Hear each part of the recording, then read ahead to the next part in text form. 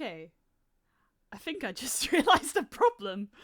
Jumping right into it more than normal, actually.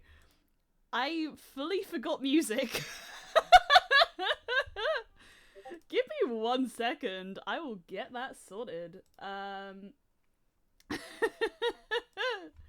think we'll just sit on this screen for a bit.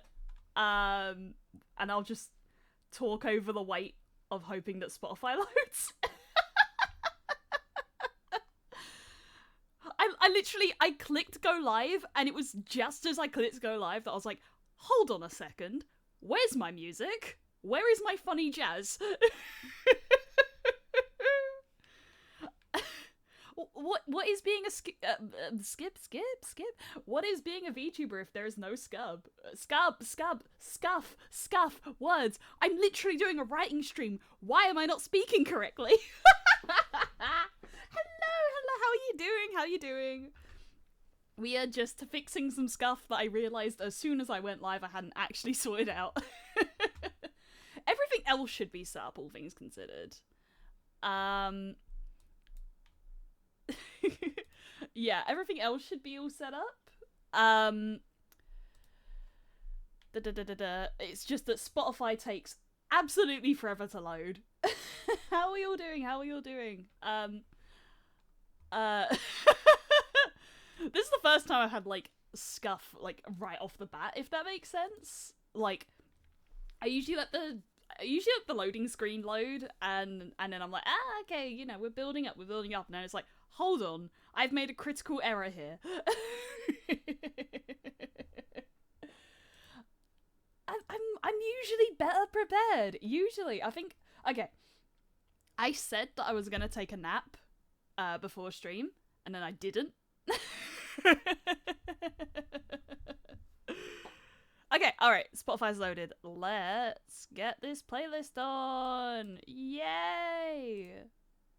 Come on, give it to me. Hit me. Yeah, let's go! Hello, how are you doing? My name is Elijah Day. Blah, blah, blah. I messed that up. Let's try that again. Hello, everyone, how you doing? My name is Elias J. Dodger. How you doing, Governor? Woo! Okay, right off the bat, I want to say I am in a fantastic mood. Yes, this is wild. I am in such a good mood, and I cannot overstate this. I am genuinely, like, I've been grinning from ear to ear all day. Simply put, like, Twitter is going to hell, and Blue Sky is genuinely really fun. Like, as a VTuber, going to Blue Sky is, like, an amazing move right now. Like, I'm so surprised. Like, because, like, I was debating it in the past where it's like, you know, Twitter was doing its things, and I was like, do I not? I don't know.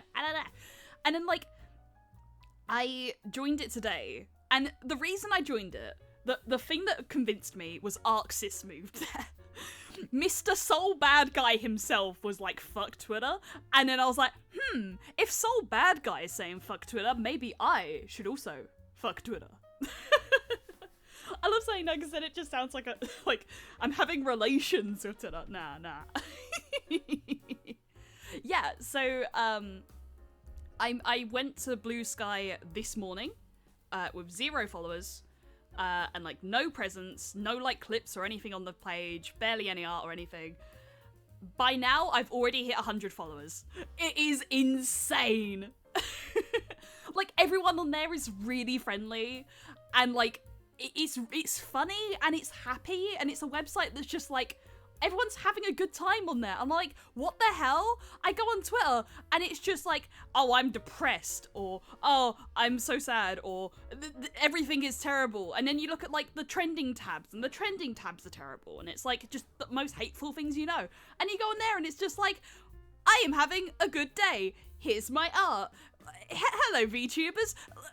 What? Happiness and friendliness on the internet? Weird. Wild. And there's no ads!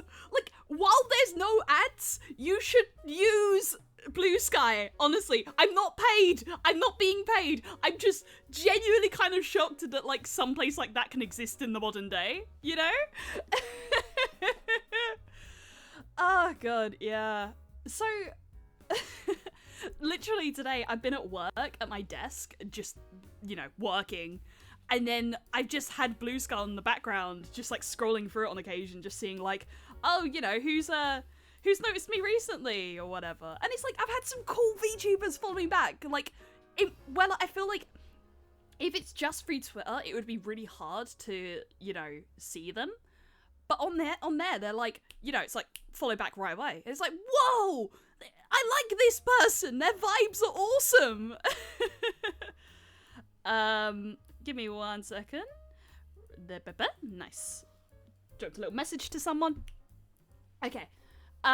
So today we are doing some lore writing. Like I do want to do that like lore review stream that I was talking about. I keep mentioning it. It's just kind of asking the VTubers like, hey, can I review your lore on stream or in a video or something like that? Like, you know, figuring out like format and just generally like what I can use, what I can't use, that sort of thing. So I just thought like it's just an idea to just get straight into the lore part. Only because I really want to write it. I've had like ideas in my head for the past few weeks since like the first stream, and I really like what I've got in my head, and I want to just get that out. I want to share it with you guys. Especially since like writing wise, okay, like I know there's a lot of VTubers that tend to keep their lore secret, and I totally understand why, but I think if there was any part of the process that I would keep secret, I think it would be like visuals or anything. Like if it's a video, if it's something else, like that part of it would be like production aspect. But I think the actual writing of the lore, I don't mind sharing that because, you know, I'm sharing it with you guys. And I feel like if I didn't do it on stream, I probably wouldn't do it. Let's move onto the screen. Yay! We still have, so it's still this document. I guess I could, yeah, lovely note that we left for ourselves last time was the Eldritch being has boobs. But I think the direction that we were working with here is like sort of what we're going to keep going with, but sort of not. Hello Dory, how you doing? Right, yeah, okay, so the direction that we were going, we're gonna like go, you know, sort of where we were going, and then Animi's more lies today. Thank you! Thanks for jumping around, really appreciate it. Yeah, okay.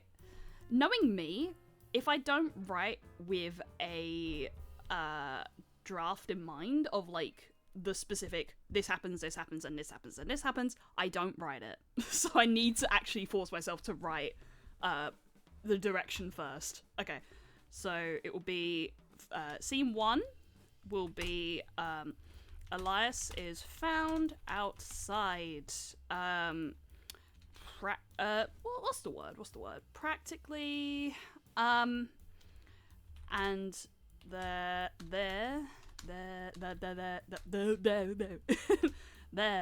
not okay. Found by a detective character. This will be one we develop for the story. We're making some OCs here. Like, okay, detective, by the way, like, can you see the text all right as well, by the way? Like, how are we visibility-wise? Do I need to, like, increase text size or anything like that? Let me know. Detective, I want to say middle-aged. Middle-aged male. Columbo type. Columbo type in the sense, like, what I'm thinking is the, tan coat. That's sort of the sense I'm getting here. Okay, it's the question as well. Does this take place in New York or London? Because if it's London, then there might be some research that I'd have to do that I don't, that with like a New Yorker perspective, I would be a little bit more comfortable with knowing. And the iconography of New York is easier to catch on to in 1920s thingy. Also, okay, location. Let's just make a note of that. Location. Either NYC 1920s or London 1920s. Hello, how are you doing? How are you doing? Blue Sky jump scare. Ah, yeah!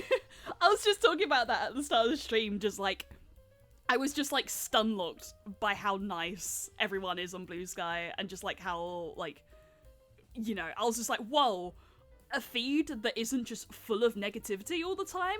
Wild. And yes, it exploded. Like, I joined at 6 o'clock in the morning after I saw a tweet from Arxis that said they'd joined. I was like, oh, Mr. Soul Bad Guy went, I have to join and whatnot. And then it's like, wow, I'm already at 100.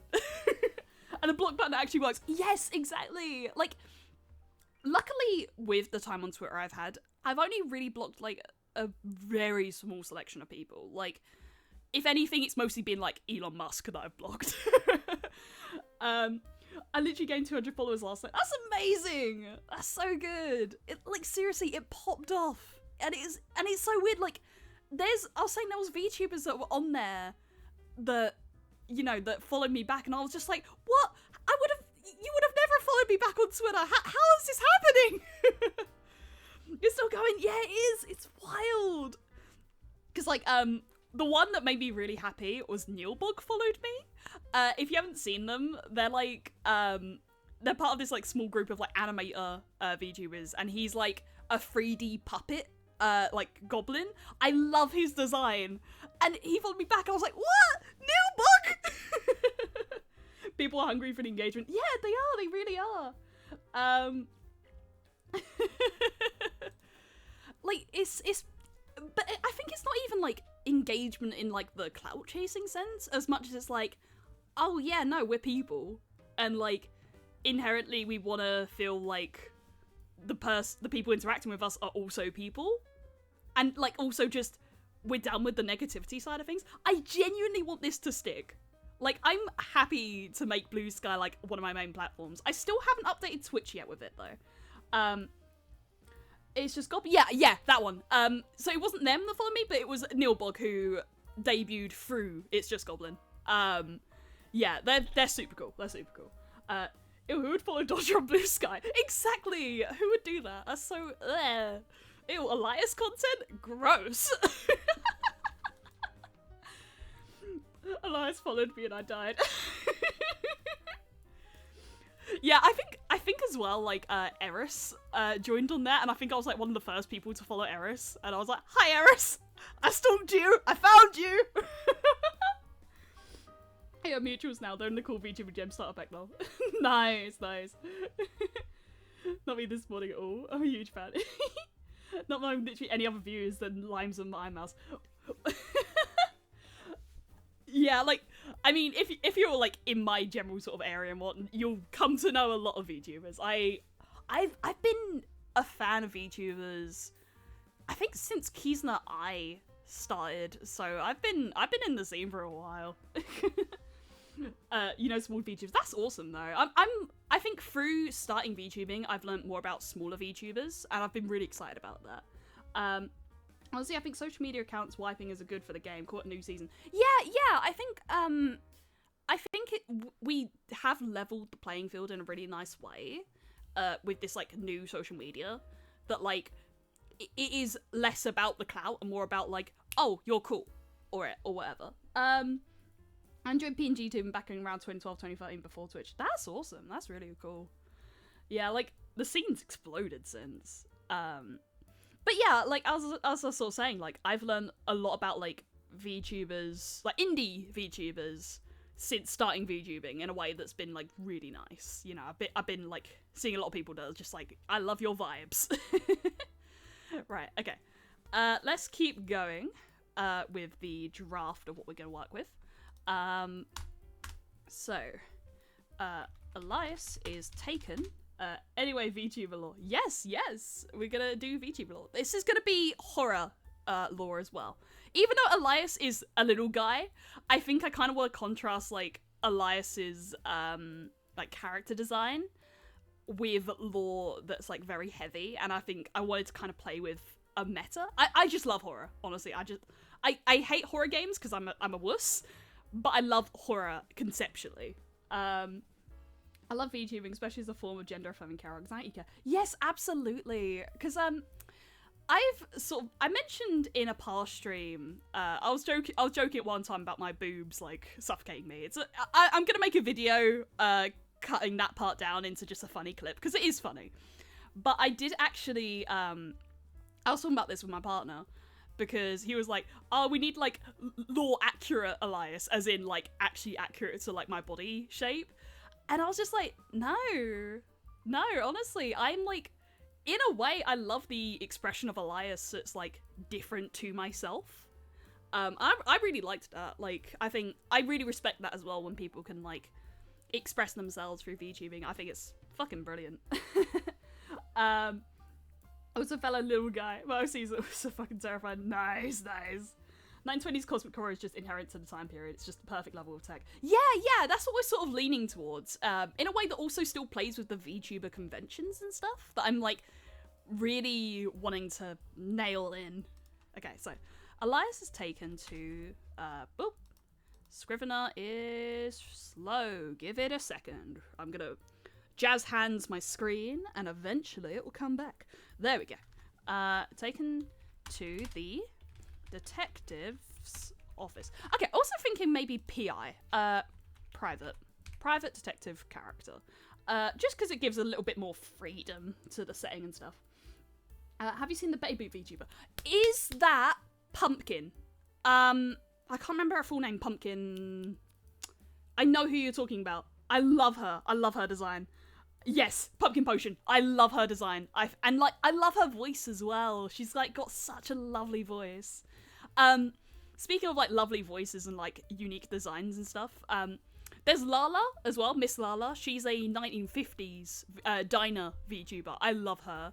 And Clover is like one that's popped up in the scene recently, and they've got like this lovely cow model, and they're like I can't remember the specific place they are in America, but like I want to say Appalachian. I think I'm probably wrong. But they have such a beautiful accent, and like listening to them, it's like, oh, that's so comfy.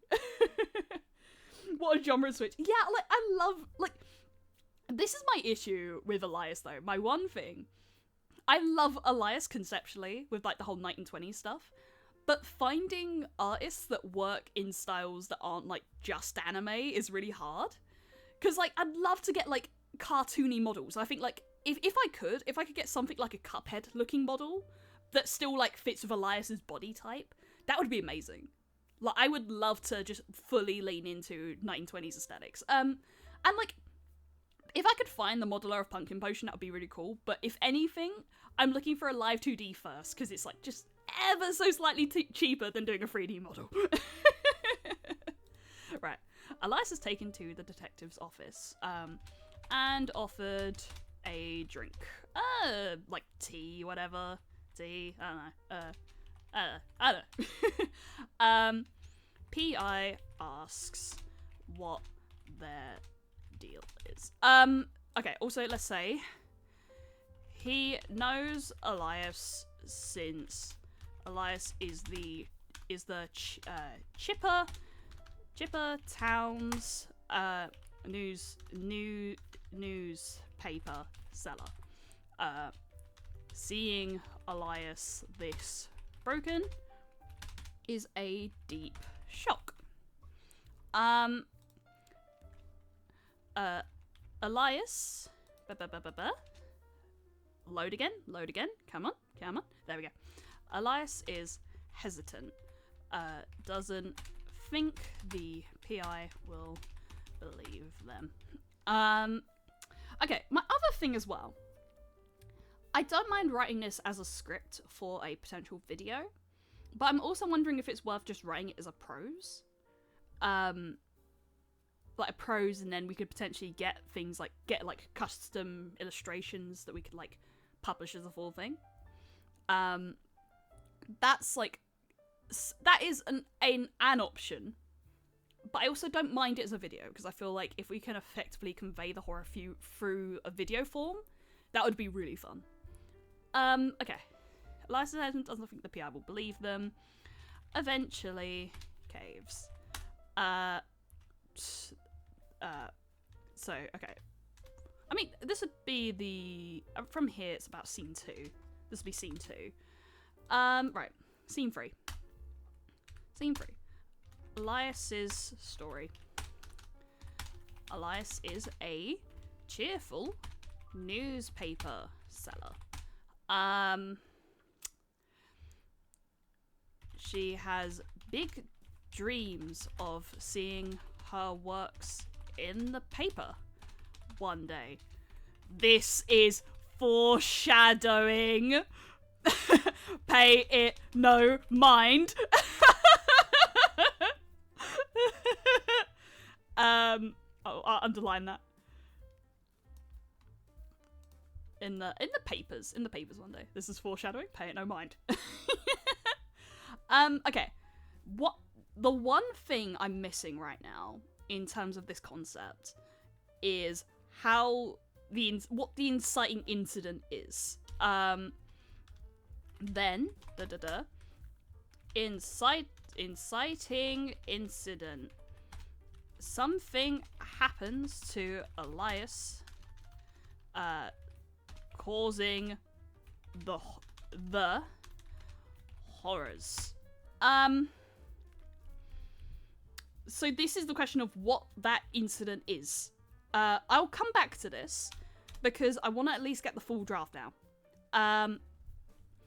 So I think it's going to be told like ever so slightly unchronologically or so. Well, not unchronologically, just like it's not going to be fully explained from back to front. I want what happens with Elias to be something that we figure out like through the events also. Okay. The same day plays out. Okay, well, this will be scene 4. The same day plays out as scene 3, but Elias is visibly disturbed and mentally distant throughout the day. They make mistakes. They look like they're about to cry practically all the time. They're just off. And people pick up on this. However, Elias tries her best to shrug it off with their usual happy style.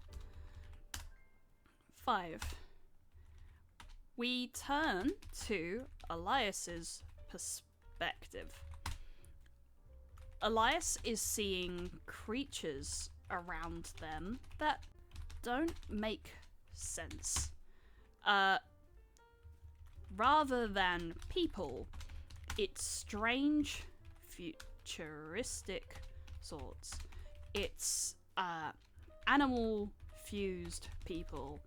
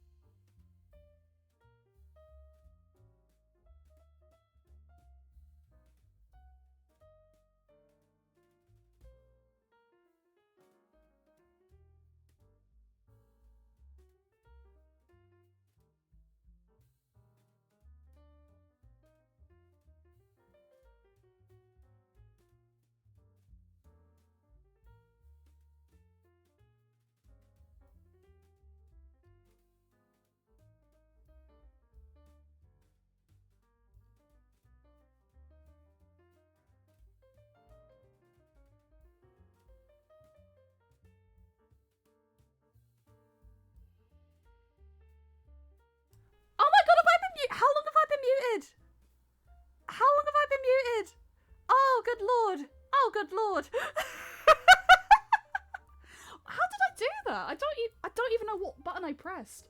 Oh, 2 sentences. Thank God.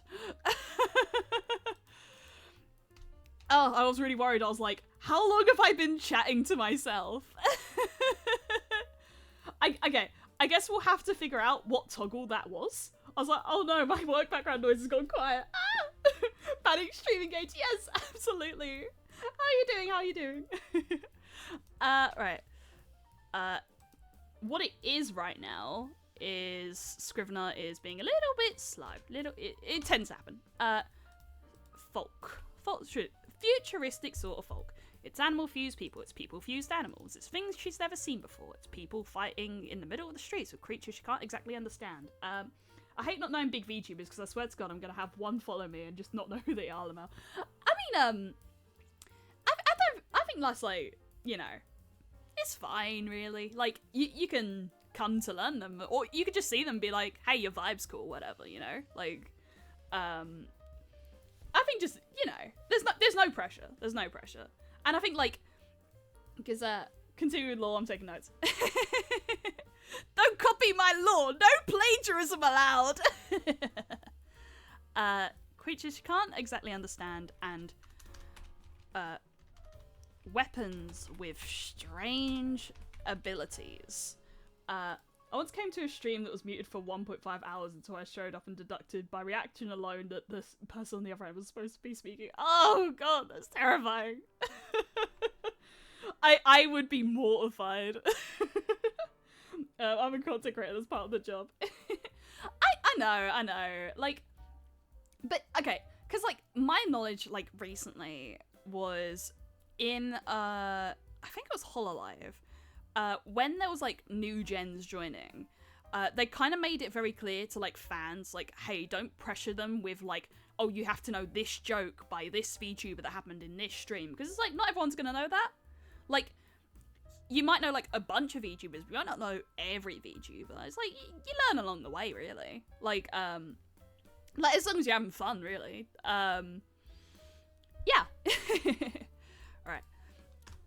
Rather than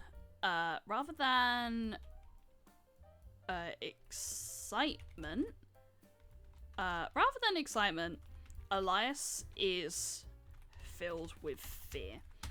Everything they've known about their world is being, oh, are you a VTuber fan? Recite all lore. Okay, so it started off with gorillas. Like, technically, Gorillas, started by Damon Albarn, are the first VTubers. Then it was Hatsune Miku and Annoying Orange. And then it was Kizuna Ai. Our whole universe was in a hot dead stream. Yeah! Right. Rather than excitement, Elias is filled with fear. Everything they've known about the world is being challenged.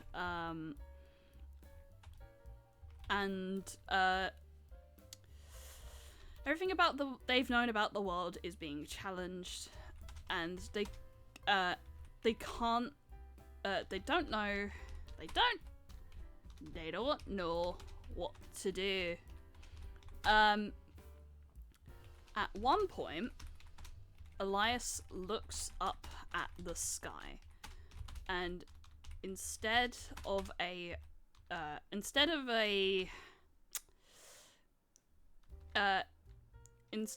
the reliable sky they've always known, it's full of gods and demons and creatures beyond mortal understanding, and they're fighting, and they're I remember looking at Kizuna Ai and thinking, that's a funny little novelty thing that will disappear after a while. Boy, was I wrong. Yeah, I mean, I stuck around with Kizuna Ai for a good while. I didn't really sort of follow later on when, like, it kind of became, like, multiple people doing it, I think. And then, like, there was the whole NFT stuff that kind of sucked. And the anime that kind of sucked. But, like, I followed Kizuna Ai for a good time. And then the Hololive boom happened. And, like, I was there when that started happening. I was like, whoa. Wow, this is... Wow. I think, you know, it was, like, going from, like, oh, I've been a Miku fan, like Vocaloid fan, to oh, VTubers. It made sense. It was like a logical progression, you know? Yeah. Right.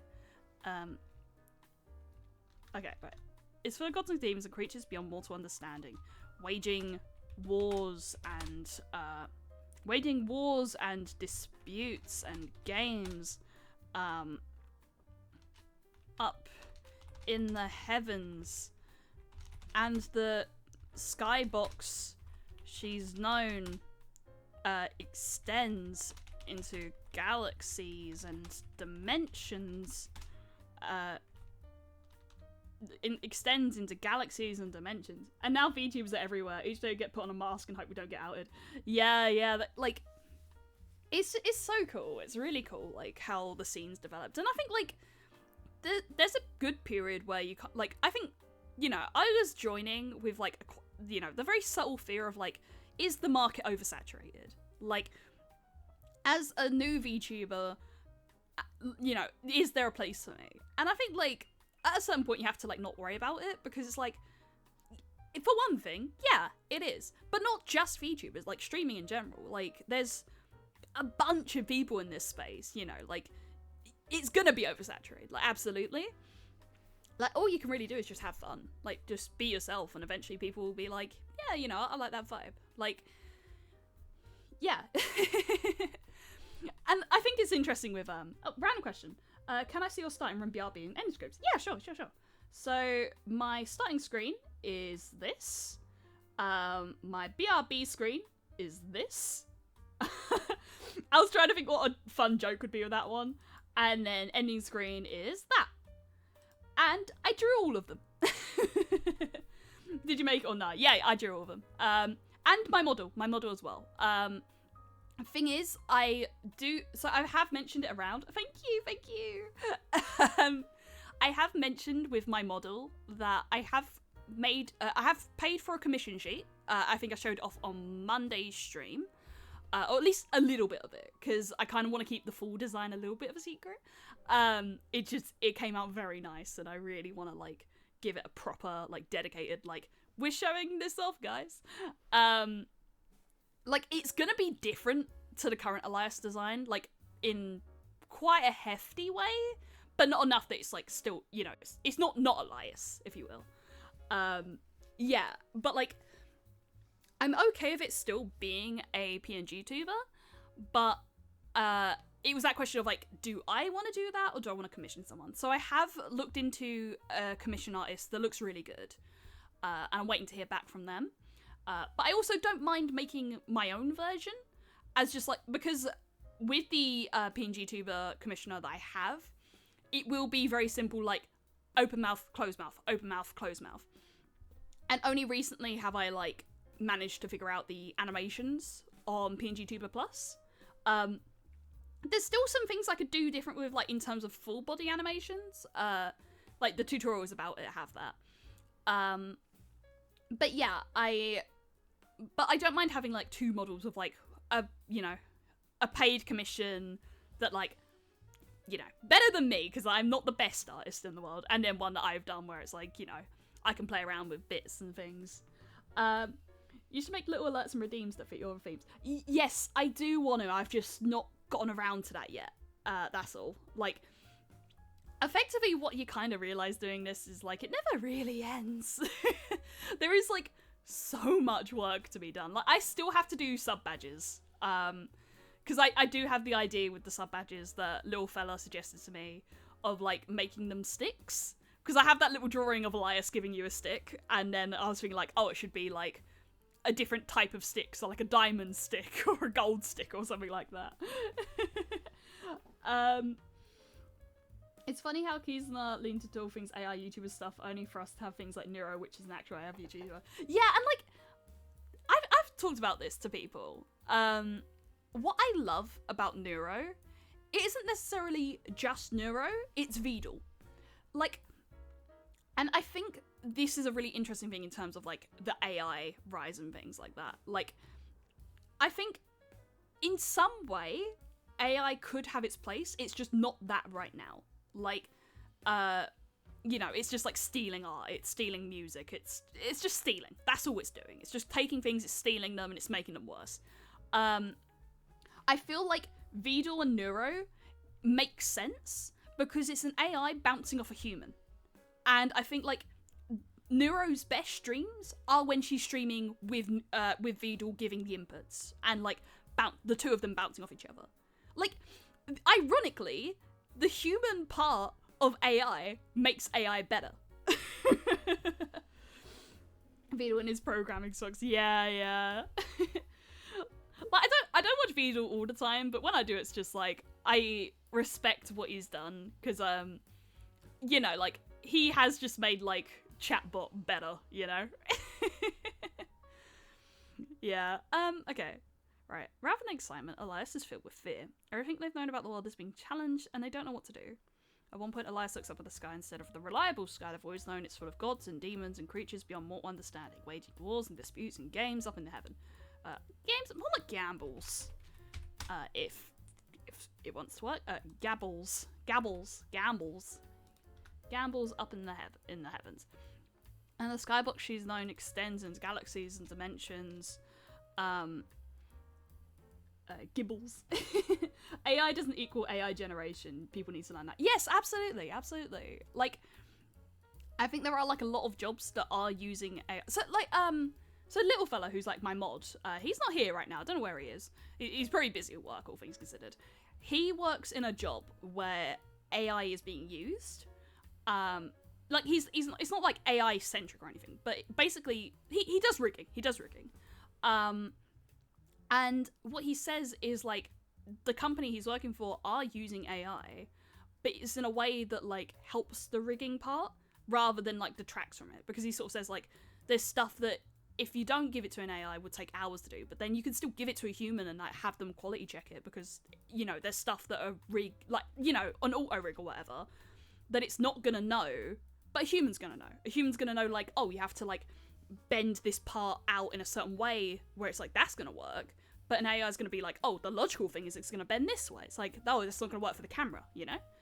I could be totally getting the whole thing wrong. He can explain it a million times better than I can.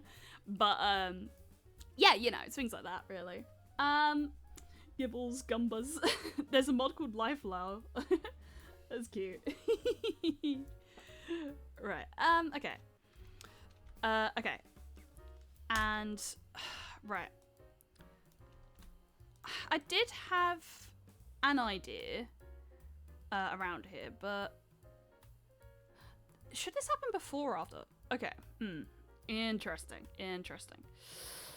I think before, because then I feel like this part would be, also I want to add a note, AN, oh, and I erased all of it.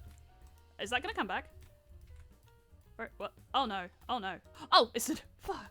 Oh! I have an AI-powered spaghetti detection on my 3D printer. Not sure if it works. I still don't have any massive spaghetti yet. Nice. Like, I know little fella's got a 3D printer and stuff. He was talking about getting what was it? He said that if I wanted to get a VTuber model, it would cost him less to buy this specific type of 3D printer that gets rid of the scuff of 3D printers. Just, you know, to put into perspective how much, like, VTubing costs, a full rig is more expensive than a 3D printer. It's wild. I think it's like a plastic type printer or something, like a specific type of plastic that doesn't get the sort of scuff on it. But yeah, it's so cool. It's really cool. Alright, okay. Right, AN. Right. Without it going to a new document. Wonderful. Author's note, this is gradual. Elias's, yeah, to be frank, there are budget printers around. Yeah, there are, yeah. That might have been what he's seen, or he might have seen one that's, like, still a good quality, but then still less expensive than a VTuber model. Alright, this is gradual. Elias has moments, Elias has moments where they work.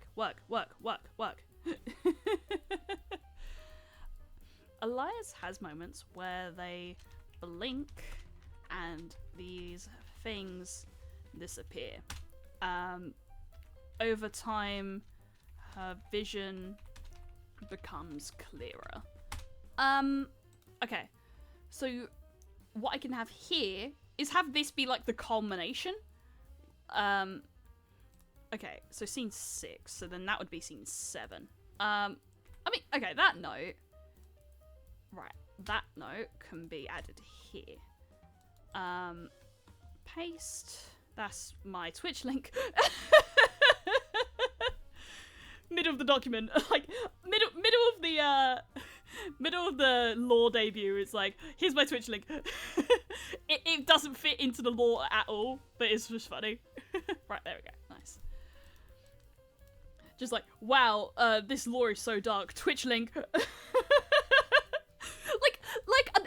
like an ad where it's like midway through a video. It's like, hey, you're watching this video? Wow, the lore's so deep, isn't it? By the way, guys, you should follow my Twitch.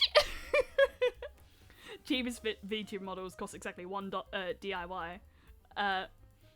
DIY, is that like DIY printer, or is that like $1? Because yeah, I mean, a model that I've seen, like I've seen this one model artist around that like I really liked their style. The question was like if it would fit into like Elias's style. But I think they went for around 600, 700, and this was like model and rig, which all things considered was a good price, like a good like package deal. But yeah, like, oh, do it yourself. Oh yeah. I have thought about doing DIY. Because like my PNG tuber is. How throwable are you? Yes, very. Elias can be thrown with ease. Fun fact, this is canon, I'm making it so. If you squeeze Elias, they make dog toy noises. Like dog toy squeaks, they go like... But yeah, so like, I was talking about this with a little fella, and he talked about with model, with like making art, he talked about the pyramid, or like the triangle of art. I mean, by the looks of it, quite eatable, absolutely. So, okay. So, this was like a good analogy, what he was talking about. So, I don't know if I could like insert and like, no, probably not. Okay. I was wondering if I could like do it on there. It's like, probably not. So, he was talking about the triangle of art. And so it's like quality, time, and money. And what he sort of said, yeah, so triangle. So at each end is quality, time, and money. And he sort of said, like, if you're doing art, it's gonna, you know, you're gonna have 2 of them, but you can never have 3. You can't have quality, time, and money. You have to sacrifice one of them. So it's like, okay, so you could say you have quality and time, but then you don't have money, so that would be expensive. You could have time and money, but the quality loses out. So that could be something like you make yourself a model, and then you could have money and quality, but then you don't have time. Like, it could take a long time to make. And so I probably messed up the analogy a little bit, but that's sort of effectively what he was sort of saying. Which is kind of like, because I've been going on the back and like the pros and cons and like, do I make myself a model or do I commission someone to model? And like, there's multiple ways around it, because like I was learning Live 2D, and like there's parts of it that were fun, parts of it that were like, oh good lord, help me, how do people do this? And it would be really rewarding to actually learn Live 2D. But my one issue is like, if I was learning Live 2D, and if I wanted to make content out of it, I don't think it would be really good for streaming, because like I'm still learning it effectively. So I feel like a lot of like any Live 2D learning streams would also just be me going back to videos or forums and stuff, and then just trying to research like, why is this thing happening, you know? I think as streaming content that wouldn't be very good, but then like to rig a model takes a lot of time, so it's about finding that time on top of like everything else, like work, gym, streaming, you know. In engineering, we have this triangle as a Euler diagram, which intersections labeled as never, expensive, and shit. You know what? That's honest. I like that, yeah. I, actually, while I'm here, I'm going to put my hair up. I'm feeling a little, rather hot, and I would like to cool down a little bit. My hair isn't, like, super long, but it's long enough that, like, I need to get it cut. Like, I've got a wedding next week that I'm going to. And I was like, you know, I was just in that zone of, like, I'd like to at least get it trimmed before that. Still haven't done that. I'm so bad with, getting things done, like, on time and things.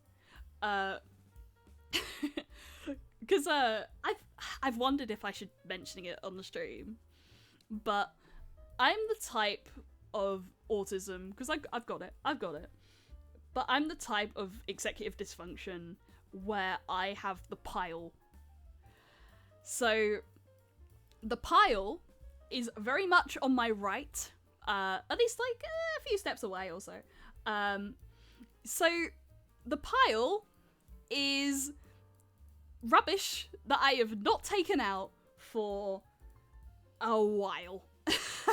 And initially it's like, oh, you know, it's a bin. At first it's like, oh, it's a bin. Then it's like, oh, it's a box. And it's another box. And it's another box. And then it's stuff in that box. And then it's like bottles in that box. And then it's like, and like, I keep looking at it. Every time I add something to it, I'm like, I need to take you downstairs and out to the bin. And I don't. And like, I'm the sort of like executive dysfunction where it has to just get to a point where it frustrates me just enough that I eventually do it. Like, I was meant to do my washing today. I didn't.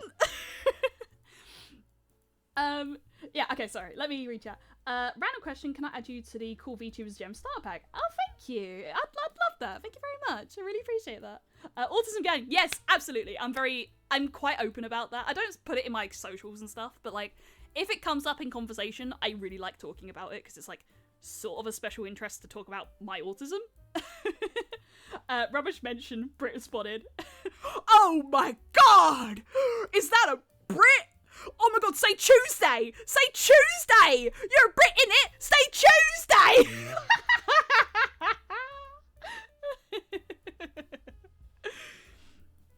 Like, this makes me remember something, actually. I've not gone abroad very often. I've only gone a few times.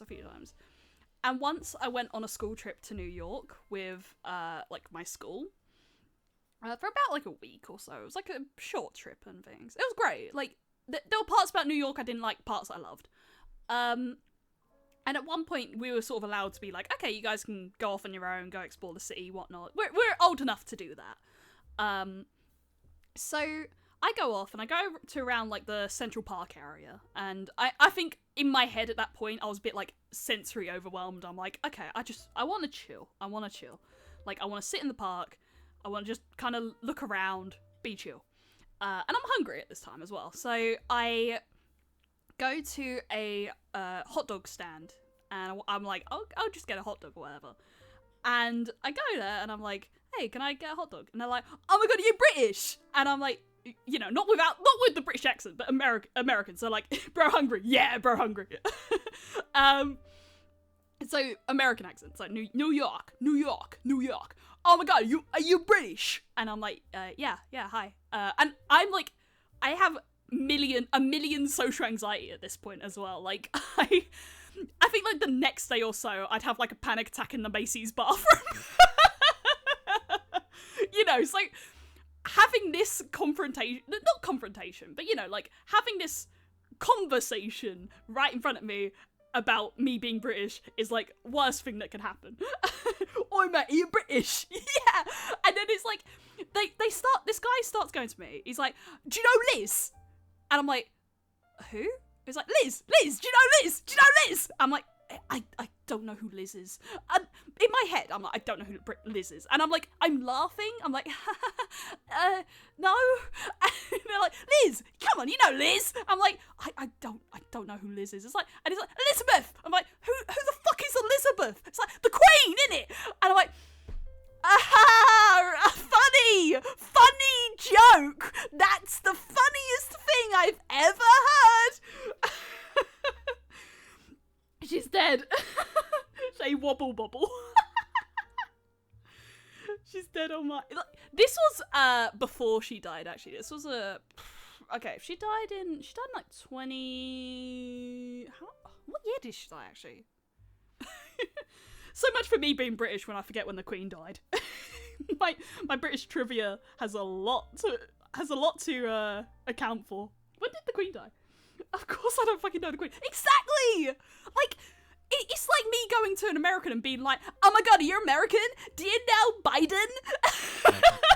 Like, on a personal level, have you had Thanksgiving with Mr. Biden? It's like, of course not.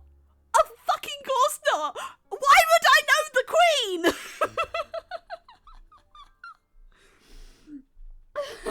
They're joking. I'm like, okay, I get it was like a joke as well, but it's like, they were saying this to a kid who had like 10 billion social anxiety.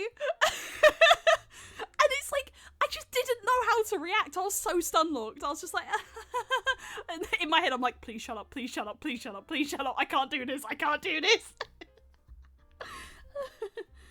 Oh no, I said, yeah, oh yeah, no, it's fine, it's fine. Oh yeah, before it was announced over weekend at Ben Reeves, actually, yeah. When did the Queen die? I'm gonna Google that. When did the Queen die? What year was this?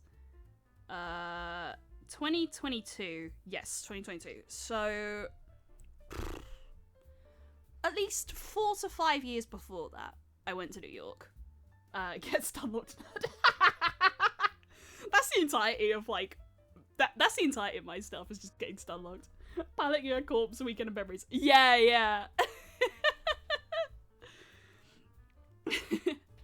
The Queen fully came up beside me and was like, I know Elias Dane Dodger, he's my favourite streamer, innit? I'm like, thank you, Your Majesty, Queen Elizabeth II. I'm also just doubly making sure it is the second, isn't it? She's not the third. She is the second. Okay. You feel like British people would be more royalist. They really aren't. I think there's a lot of people that, like, don't know royalty as much. Like, I know a bit. Oi, Elias, do you want to play my golden way? Oh, I would love to, Your Royal Majesty, Queen Elizabeth II. I'm just a bad Brit. Yeah, Your Majesty. Yeah, I never qualified to be a Brit. It just kind of happened. My Brit knowledge is failing. Like, I don't like footy. I don't like the football. I don't have a team that I support. I am a bad Brit. Like, I don't go on, you know, Friday fish and chip day to the pub to go to Wetherspoon's pub to go watch the footy. And I don't go like, oh, come on, England, score some fucking goals. Like, I'm not that. I kind of hate that, actually. Like, I know people that are like it, and I hate them. Getting all the debuffs of being a Brit without the buffs. Yeah!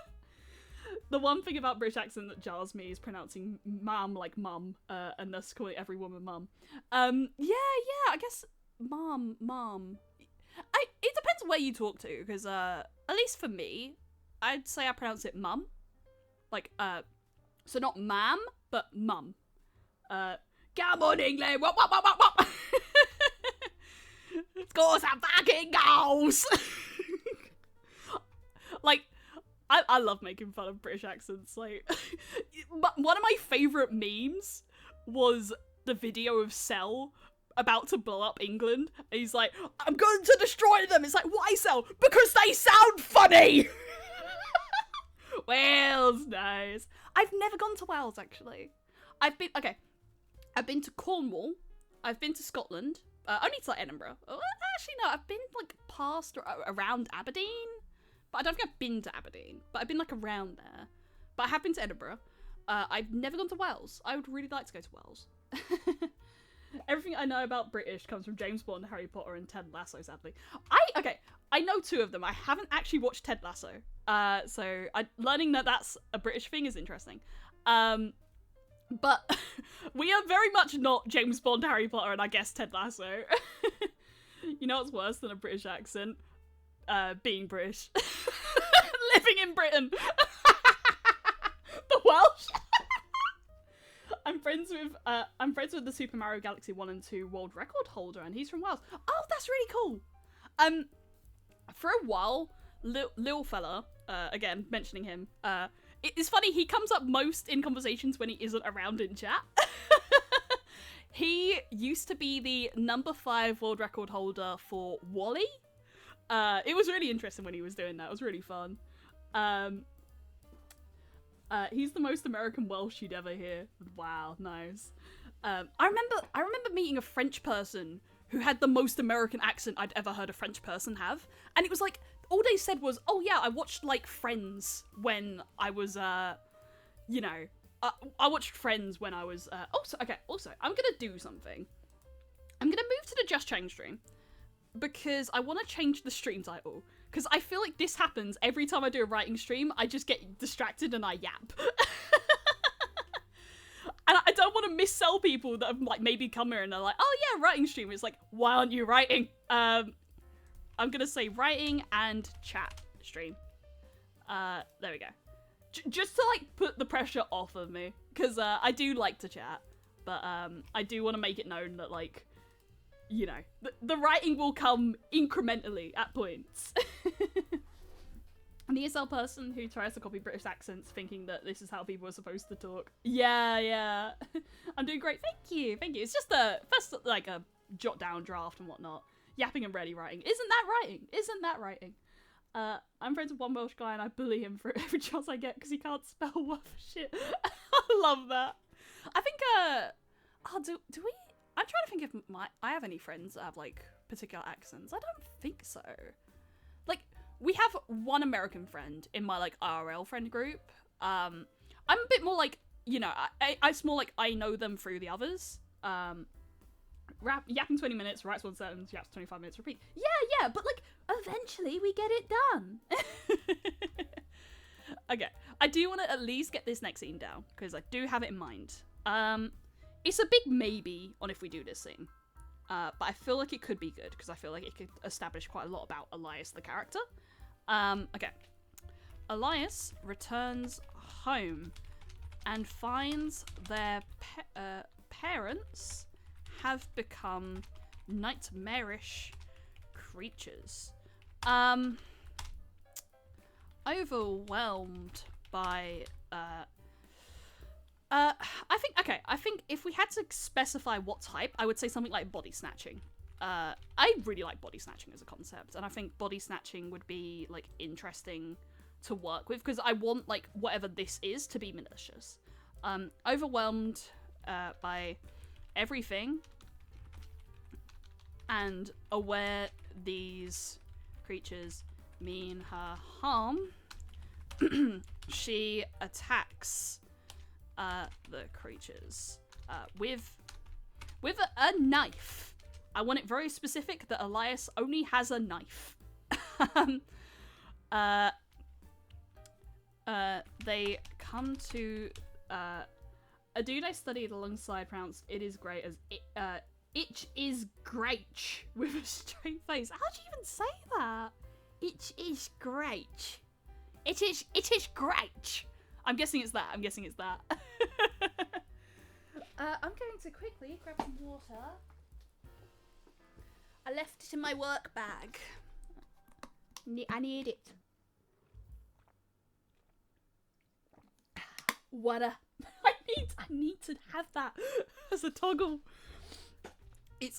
I think I've mentioned it in passing, but it very literally came from something along those lines. Right, yeah. But that literally came from this one video. So me and Little Fella, we were going through videos with like one view. So we were on YouTube, it's just like one view videos, and we go like Minecraft, like the search category was like Minecraft. And we find this kid, and he was playing Minecraft with like full face cam, everything. He's like 13, I want to say. And he's very clearly a 13-year-old when, like, you know, just the way it's all done and everything. But like, you know, very clearly just a kid who's got like his mum's camera or something, put it on the table, and it's like, today I'm gonna play Minecraft. Yeah, I think he was American. Our accent is already easy spottable, but mutilating it further by slapping fake British on top of it is plain ridiculous. Yeah. Good luck, your voice is coming background noise. Thank you, I really appreciate it. Yeah, so we're watching this video, and it's the kid playing Minecraft. And he's like, today I'm gonna play Minecraft. And he's just sitting there playing Minecraft. And at one point, he goes away, and he comes back, and he's in front of the camera, like fully in front of the camera. You could just see his face, see his body, and he's got bottled water. Bottled water. And he drinks it. And he drinks it in front of the camera for at least like a good 30 seconds or so. Where he, and then, stops drinking it, goes, water, and then puts the bottle of water directly in front of the camera for the rest of the gameplay. So ever since that became a vocal stim of just like every time I drink water, I have to like stop drinking it and go, water. I love it. It just killed me, and like I genuinely subscribed to that little kid because that one bit just made me laugh so much.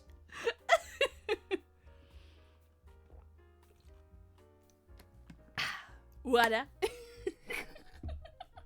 Bottle of water. She attacks the creatures with a knife. And overwhelmed by guilt and fear, she runs away, pocketing the knife. That's good, because that establishes some context, key context. Everything about their world is being challenged, and they don't know what to do. And she's also aware she may have killed her parents. At one point, Eliza looks up at the sky. Instead of the reliable sky they've always known, it's full of gods and demons and creatures beyond mortal understanding, waging wars and disputes and gambles up in the heavens. And the skybox she's known extends into galaxies and dimensions. This cause she has full clarity vision now, and this breaks her. She screams. She screams in. Oh, whoa! Hello, how are you doing? This is the second time I've been jump scared by a follow. There's a clip on my channel where like little fella, I think he donated or something, and I genuinely got jump scared like really bad when it happened. Thank you for the follow, Lordy D. Really appreciate it. How you doing? Hope didn't scare too much. It's alright. I'm just like, I think I've said it before where like I love horror. Literally I'm writing like a horror concept right now. But jump scares, I'm terrified of. Like just and I need to sort out the notifications so they don't scare me too much. But it is kind of funny. It is kind of funny to just like be doing something and then it's like, whoa! Right. She screams in the middle of the street. Concerning passerbys. What is the spelling on that? Is it buys? Passerbys? How do you actually... What is the spelling on that? I actually don't know. Is it just that? No. Concerning passerbys. Then around this... I had a funny moment after a D&D session where a dude tried his best to do my country's accent. I gave him a few pointers how to do it better, and he was like, how do you know all that? Dude, I'm literally speaking the way you're pretending to, isn't it obvious? That's brilliant. Just like doing the accent of someone that's very clearly in front of you being that accent. I love that. I'm a huge gothic cosmic eldritch Lovecraft and horror fan. Awesome.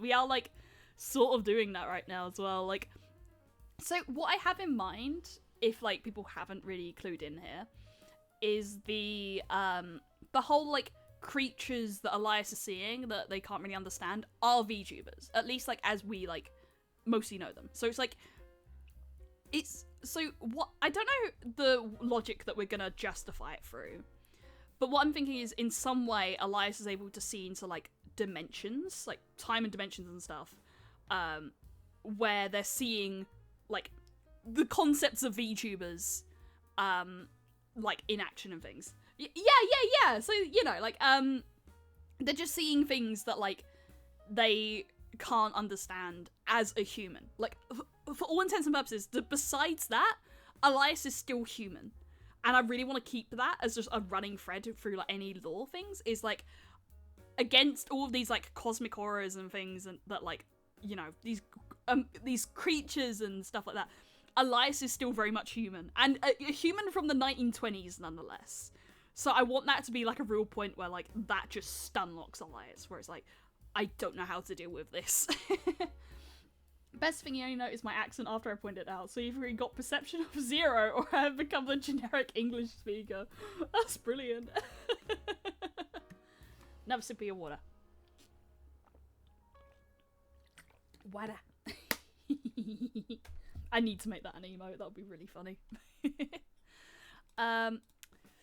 Around this point, the PI comes to check on a nearby disturbance, looping back to 888. Present.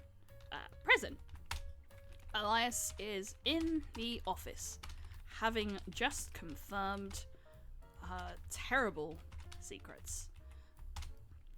The detective is concerned, but doesn't exactly believe Elias, thinking she's gone mad. Bottle of water. Good question. I'm going to do some research. I'll do it on thingy, so I'll put this on just chatting. I want to know if Hysteria. I want to know if Hysteria was still... Fuck off AI descriptions from Google. Hate you. I want to know if it was still categorized as a disorder at this point in time. Or if it was, like, phased out. Like, at what period... You know, what was, like, women's illnesses at this point of time?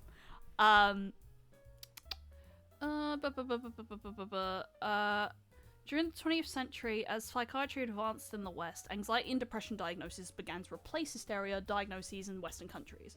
For example, from 1949 to 1978, annual admissions of hysteria patients in England as well decreased by roughly 2/3. We're just reading the Wikipedia right now.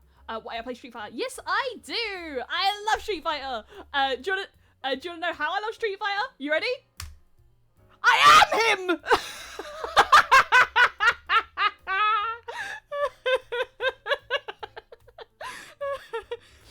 I love him so much, I became him.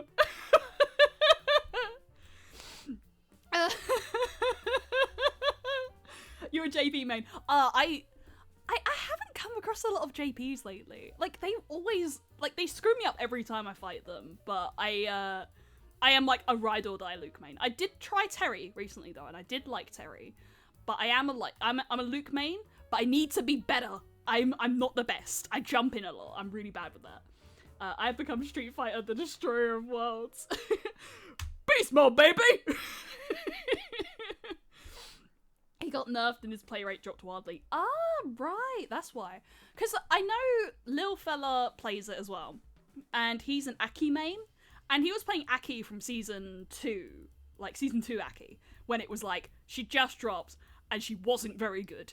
Like, got punished a lot on things. And then he was like, I'm gonna stick with this because I believe in her. And then next season, she got the buffs.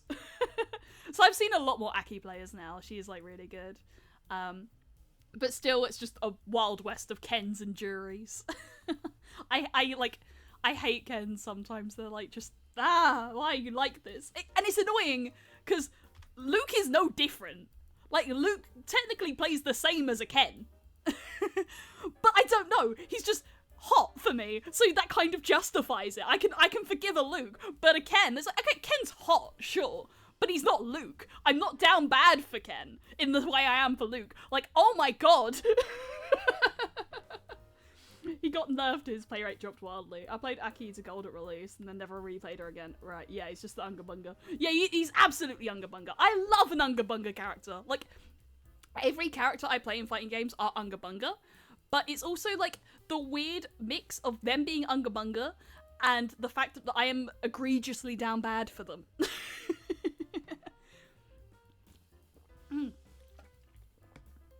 Why is my throat so... It's not like sore, it's just like I keep getting thirsty. I just don't think I've drunk enough water today.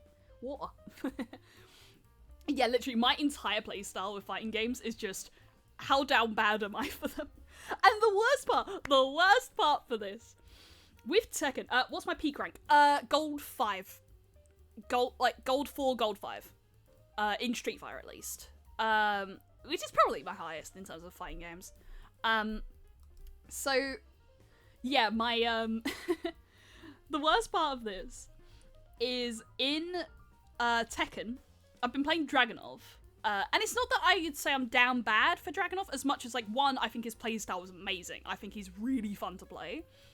And two, I think he's cute, you know? I think he's genuinely really cute. But I may switch mains. Okay, and this is the thing, though. Initially, I was a Renner main. But this is the thing. Dragunov. I played Drag since Tekken 5. Nice, nice. Yeah, I love Dragunov's playstyle. I think it's really fun. But I was playing Renner for a while. I did a bit of Victor, and I was like, I don't know. But I played a bit of Renner, and I loved her. I was like definitely like down bad for Renner. But then, if you want the tech, I got you. Nice. Yeah, so I was down bad for Renner. But I didn't like her weird stance move that she had with her, like, I think it was her right leg, where it's like, she'd sort of go back. I hated that. What I realised in recent times is Heihachi is that without the stance. And I was watching Heihachi's trailer, and he flexed his big old man muscles, and I acted up, and I'm like, fuck, I might be a Heihachi main. Like, why did he do that? He knew what would happen. He's a buff old man who defies the concept of death because he simply just doesn't believe in it. And he's got those old man muscles. And I'm like, Elias J. Dodger, hold back. And Elias J. Dodger is like, no. Older men, yes. My man is straight up too angry to die. Yeah, he simply just... He is like Yujiro Hanma, you know. He's the Yujiro Hanma of Tekken 8. And that's funny, because I'm also down bad for Yujiro Hanma. Granted, I'm down bad for most of the Baki cast. I can't logically explain it, it just kind of is.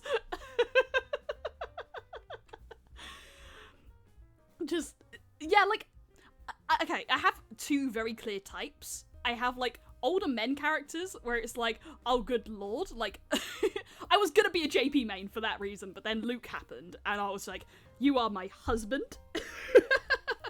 But then so yeah, I have these two types.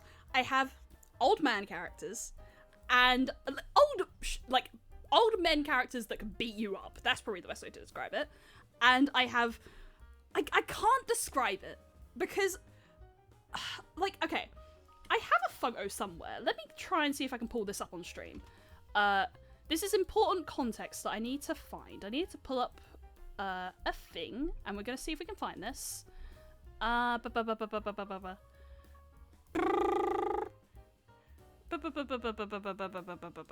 Which server is it on? I think it's this one. Where is it? I think it's this one? Yeah, okay, right. I have a minor edit also of some of the mains I play. I'm going to pull this up on stream so that I can explain, like, my type of character. Give me 1 second. I'll try and do this. Browse. This one. Right, yeah. Okay. I just have a little collage of my mains.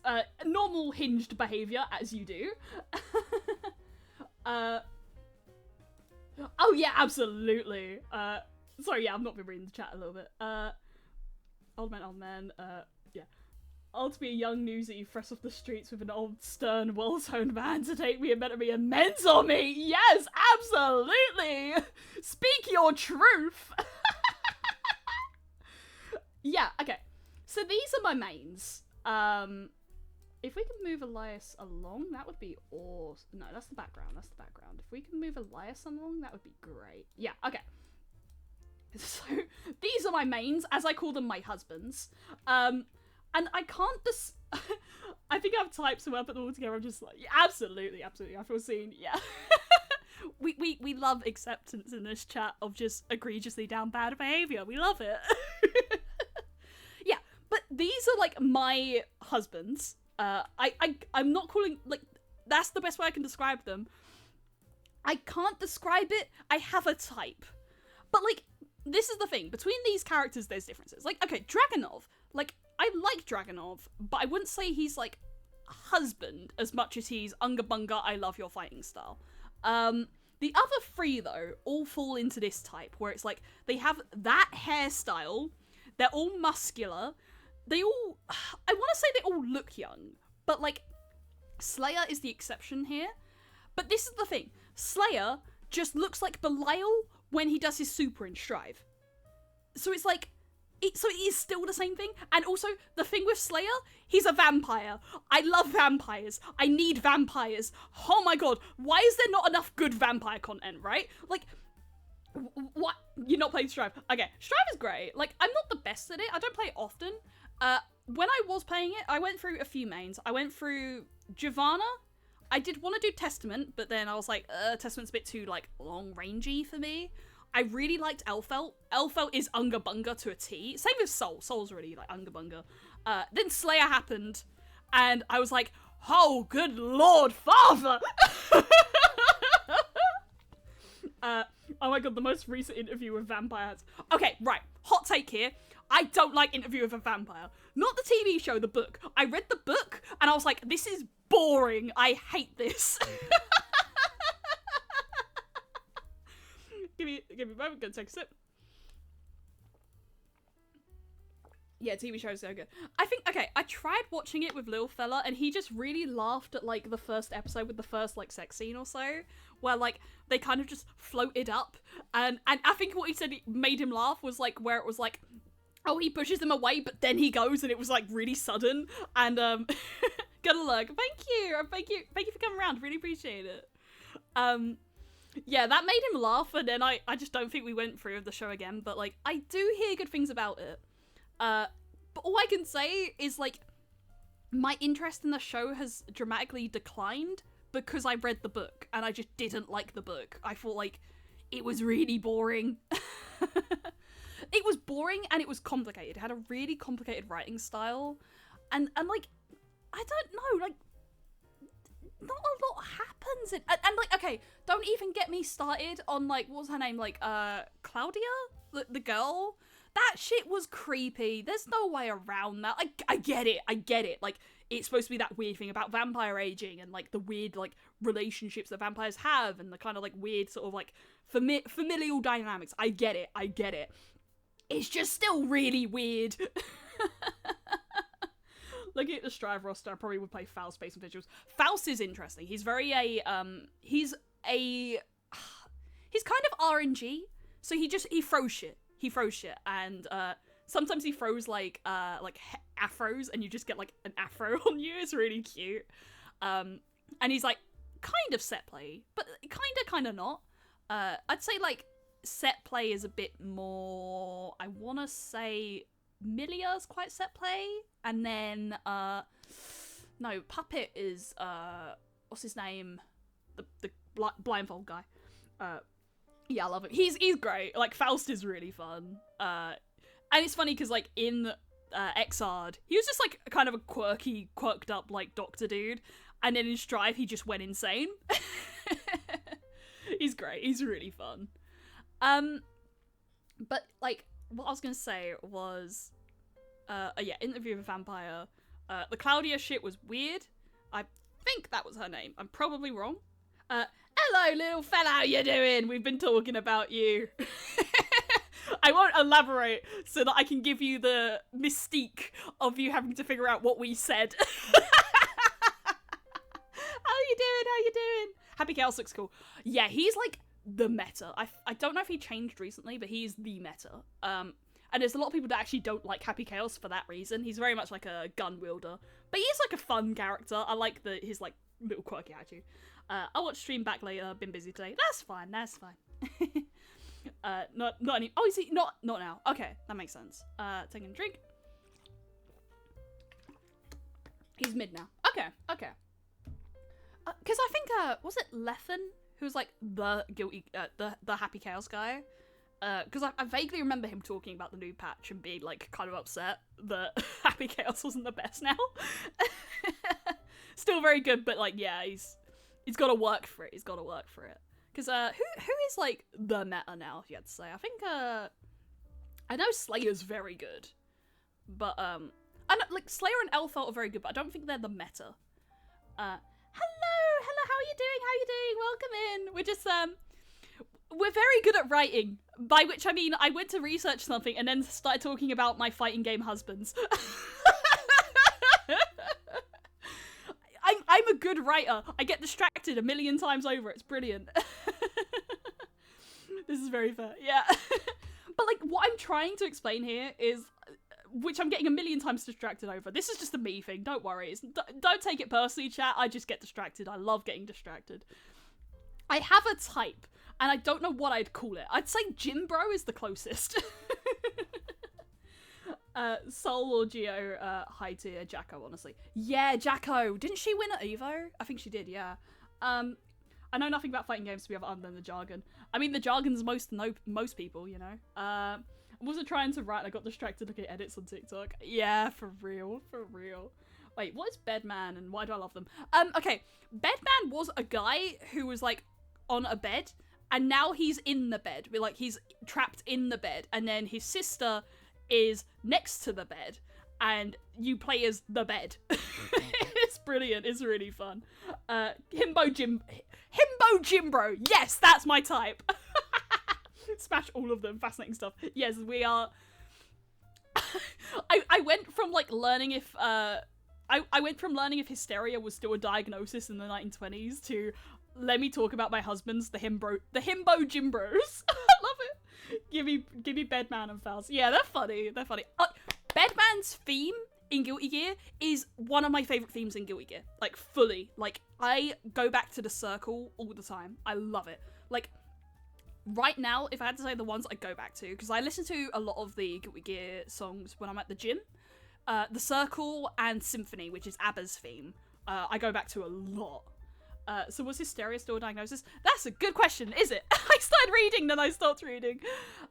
Right. From the brief, like, scan that I'm doing, yes, but it was being phased out. Oh, wait, okay, here we go. Theories for why hysteria diagnoses began to decline vary, but many historians infer that World War II, along with the use of the diagnosis shell shock, westernization, and migration shifted mental health expectations. So yes, it was still around. If that's the case, we can argue that it was still being used during the 1920s, because World War II is after. So I would probably... Could we look up 1920s hysteria? See if anything comes up with that. Female hysteria. Yeah, because, like, female hysteria is kind of what we want to aim towards, because it makes sense for the time. 18th century, 19th century, 20th century. In the 1910s, psychiatrist L.E. Emerson was heavily involved in treating patients of hysteria at the Boston Psychopathic Hospital.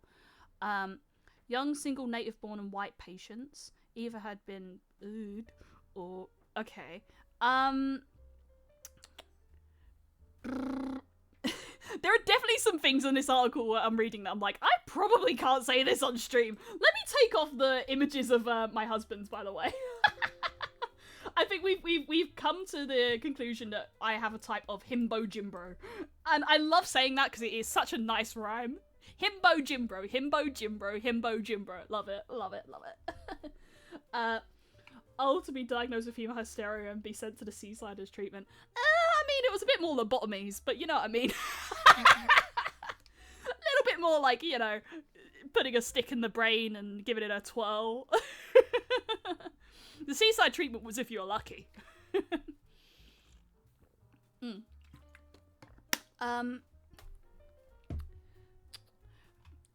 Would practice self-hate. Some women purposely sought out the hysteric diagnosis because they believed it could provide an answer to what they were experiencing. Most of the patients Emerson saw were single because they were either young or had purposefully avoided men. Author Elizabeth Lumbeck noted that these women typically fell into 3 categories. They either withdrew from the heterosexual sphere entirely, despite wanting to participate.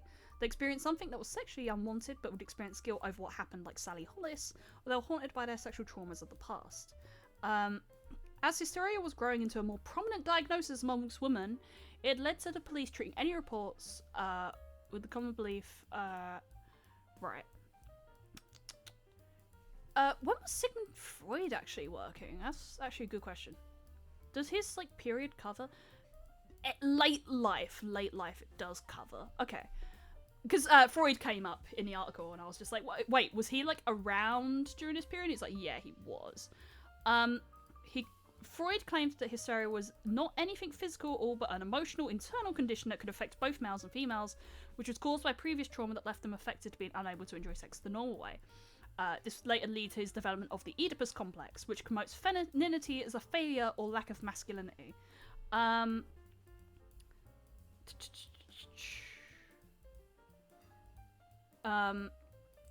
greater understanding of the psychology behind conversion disorders such as hysteria. Early 20th century. So, we could argue that it's there. We could definitely argue that the diagnosis was around still. Okay. Right, sorry, let me, I'd obviously be very rich, yeah, and have access to the best psychologists. Absolutely. I'll be rich in the 1920s. Himbro Jimbro is a tongue twister, alright. Wink wink nudge nudge, the dark open mouth kissing muscular men. Yes! I love it! The good old ice pick brain wiggle technique. Yeah, I think a lot of people could need that sometimes. Just a little wiggle.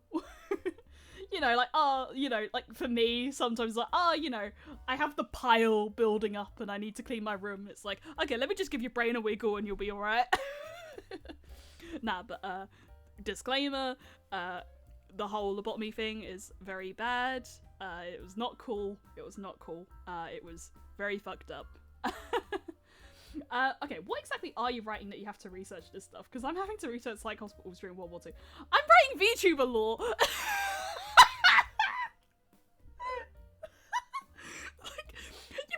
Perspective, like, why am I researching hysteria in the 1920s? It's like, I'm writing lore for my funny little guy during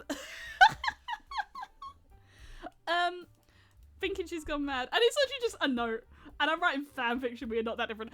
Okay, fair. Like, it's called care, and it's called effort, and we love to see it.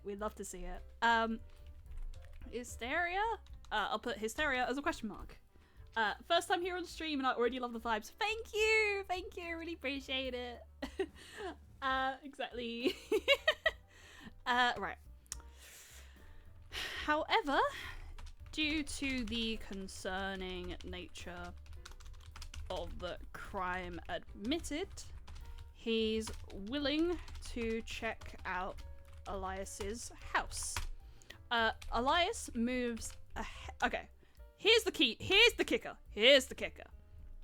Elias moves ahead, then turns around to the PI to find them being attacked by a monster. Right,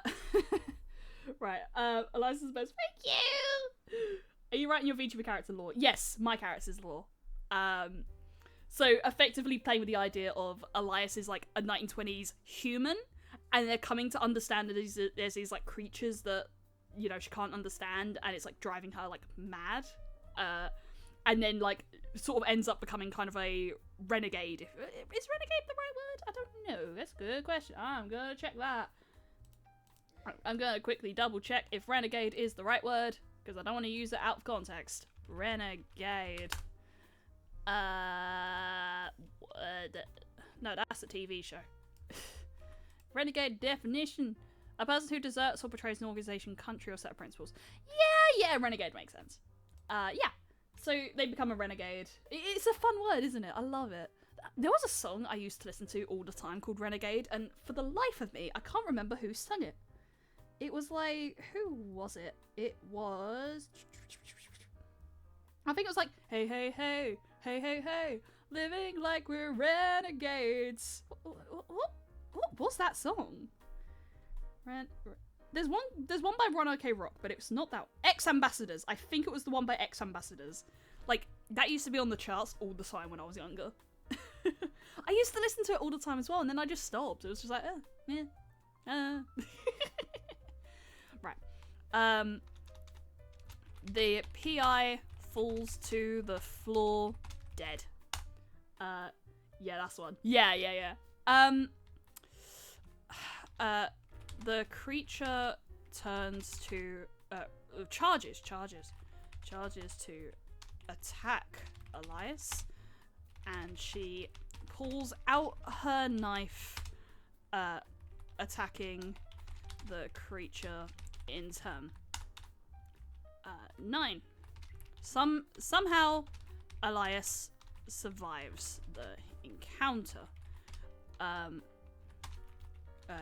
She flees through the window at the sound of noises. That's reductive, isn't it? As people begin to make their way up the building, she takes one last look at the detective on the floor, then jumps out into the night. Then final scene, which is gonna tie everything really nicely up together. Elias is selling newspapers in the street. Things appear to be pretty normal. A man pays for a paper. The headlines: serial killer on the loose. Okay, here's a question. 3 dead or 4 dead? Because, like, do we class, like, that creature that attacks Elias as, like, something they're aware of or not? That's interesting. I'll say either, like, 3 to 4, if we count creature. Found dead. Killer at large. Elias hands the paper to the man. Their story is in the paper, but it's not the one they wanted. Let's fucking go! Haven't asked what are Elias's pronouns. Okay. I play around with they sometimes, like, when I'm writing, just because I find it funny, but, like, I tend to use she, her. I use she, her, yeah. I like playing around with they sometimes with Elias. I just think it's fun. But yeah. To be a serial killer, it has to be free or. Yeah. Also, it was the 20s. Yeah. True, yeah. Right, okay. But, like, I think you can write, like, characters that are, say, non-binary and stuff in that setting. For one thing, Orlando by Virginia Woolf does involve a character going from male to female, or female to male, actually, I think it's the other way around, during that period. Hello! just feeling like messaging streams that are chilling to have a good day or whatever you're into. It will work out in the end. Keep smiling and spread peace. Oh, thank you, really appreciate it. Is Mabuhay like a type of like hello? I've never seen that actually. She's experiment with they got it. Yeah. It's like super casual, but she her generally. Like I'm totally fine with that. Right. Just wanted to put down a new document. Look, artistic liberty for exercise diversity is back to us. Yeah, but like, what I was gonna say is, I think depending how you write it, you could definitely have a character be, say, non-binary in a setting like the 1920s or beyond or whatever. I guess it just depends on like how you craft it, you know, like how you play with the words so that like you can kind of not say hide it, but like, you know, like have it be there, but it's not like something you have to like state very like openly or whatever. Like it depends how you write it, really, I think. And yeah, like I think it's just I play around with it, but I think generally speaking she has fine as well. Give the vibe. Yeah, right. Okay, do we do this as a script or do we do this as a narrative? It's the good question. But we do have like the draft now. That is wonderful. I'll say draft outline. I did put this on my script writing document. Wonderful. That was definitely what I wanted to do. Right. Project. No. What is? Because I don't mind doing it as a like video. Because then like script mode screenplay. There we go. Right. This one, okay, we could start doing like some scene writing. Don't know if we'll get the whole thing finished, but we do have like the draft now of what we want to do. Right.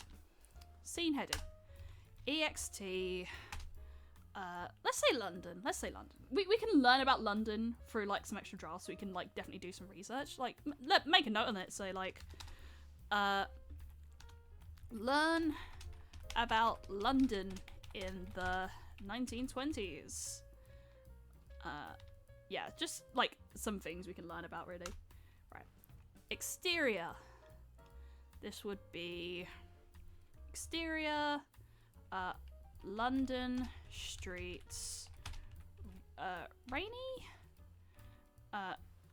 We want to say time period as well. 1920s, London streets, rainy. Is it nighttime or is it late? Yeah, say nighttime. Night.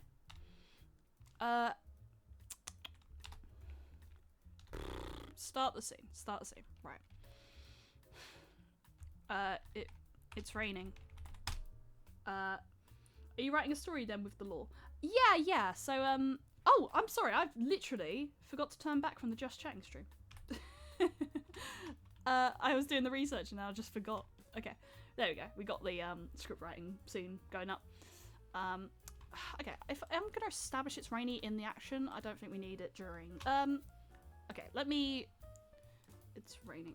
Let me make this bigger if that's possible. 14? Yeah, that's better. Yeah, so like, I don't know if you're like a huge VTuber fan or whatever, but like, there are like quite a few VTubers that do use lore to just establish like their character and stuff. So that's what I'm really doing is like, I'm establishing this 1920s writer. And I could have done it in a way where it's like, oh, you know, the 1920s had streaming or whatever. It's like a new technology and Elias wants to get in on it. But then I was like, I like horror. I like horror. I like playing with that. I'm not, yeah. Okay, Randy decided to browse Twitch while procrastinating West Story. That's fair, yeah. Yeah, so a lot of VTubers do have lore as a way to just establish what their character is. Not everyone. There's a lot of people that don't really like lore. What I was saying is I actually haven't watched a lot of lore, but I would like to as like a way to learn what other VTubers do and like what I like about it, what I don't like about it, what I'd want to do in like a lore project. So what I'm thinking is like a lore video. So I'm effectively doing a script. Yeah. It's raining. So let's say it's a video. Let's work with that. The first shot is of rain pouring onto the Asphalt or concrete? I think asphalt's fine, isn't it? Like, I'm really bad with using Americanisms. That's like my big writer thing.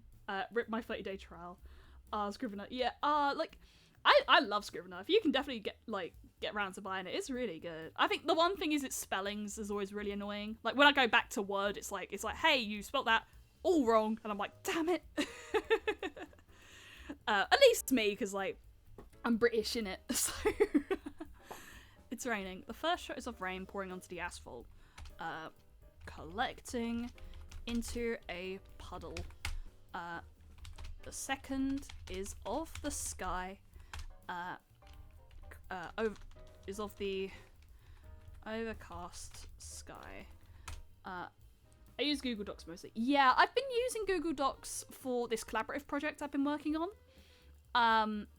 Because, like, there's multiple people on it, so it's just the best for, like, seeing, really. Do it like those movie trailers where it doesn't explain shit but you get hooked. I'd love to. I would really love to. Yeah. Like, I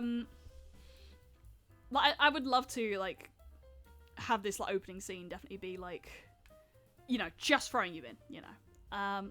It's raining. The first shot is of the rain pouring onto the asphalt, collecting into a puddle.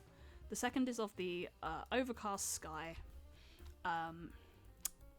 What's the word for the shot? Like, rain falls in like a circle? Have you written scripts before? I've personally never. I've done one script. I've not done anything with it yet, but I do have ideas to turn it into a short film.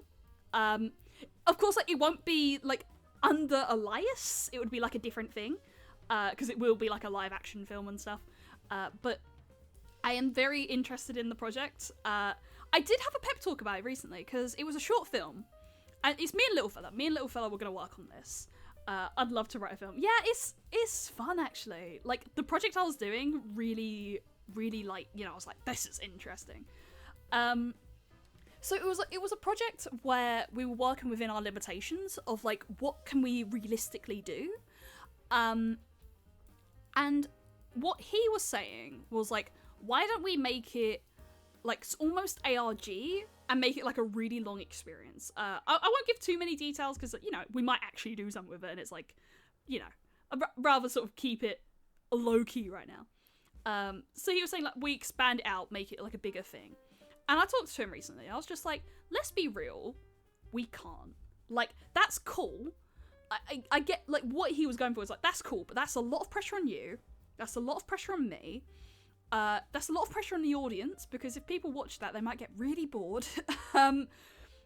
Like, this was like hours or so of like footage, like at least 2-3 hours or so, like stream length, but like, you know, we were like, there's a lot to justify in that length. And then, like, you know, there's improv, like that whole thing would be improv based. That would be really tough. Like, what do you get out of watching that isn't just character, you know? And then he sort of caved. He was like, yeah, you know what? You're right. Like, I was like, we are people that have never made a film before. We've never made a film before. This is like my first script. This is like our first like potential film idea. We don't have a lot of time. We both work full-time jobs. We have to work within our limitations. And that's what I was saying. It's like, think of it as from different perspectives. Like, as a story-writer, that sounds fun. That does sound fun, absolutely. But like, as a producer, as an actor, as audiences, that's gonna be tough, you know? And again, balancing everything else. Like, realistically, we would only have, like, we have time to film it, all things considered, but it would have to be filmed very late as well. We'd probably have to do reshoots and stuff at some point. Like, for both of us, considering it is pretty much a two-man team, we had to cut it down. But yes, I have wrote a script. I'm very interested to work with it. It just depends when we get around to it. Because I love starting projects and then procrastinating on them. What's it about? It's a horror film, and it involves the concept of streaming. That's all I'm gonna say. I'll keep. All I'll say is there's a lot of scenes in it, shots and stuff that are like really fun. Yeah, and the last scene, when I wrote it, I got chills. I was like, this shit's good. And like all I'll say is like it is pretty much entirely done through one camera. Well, it's sort of like sort of.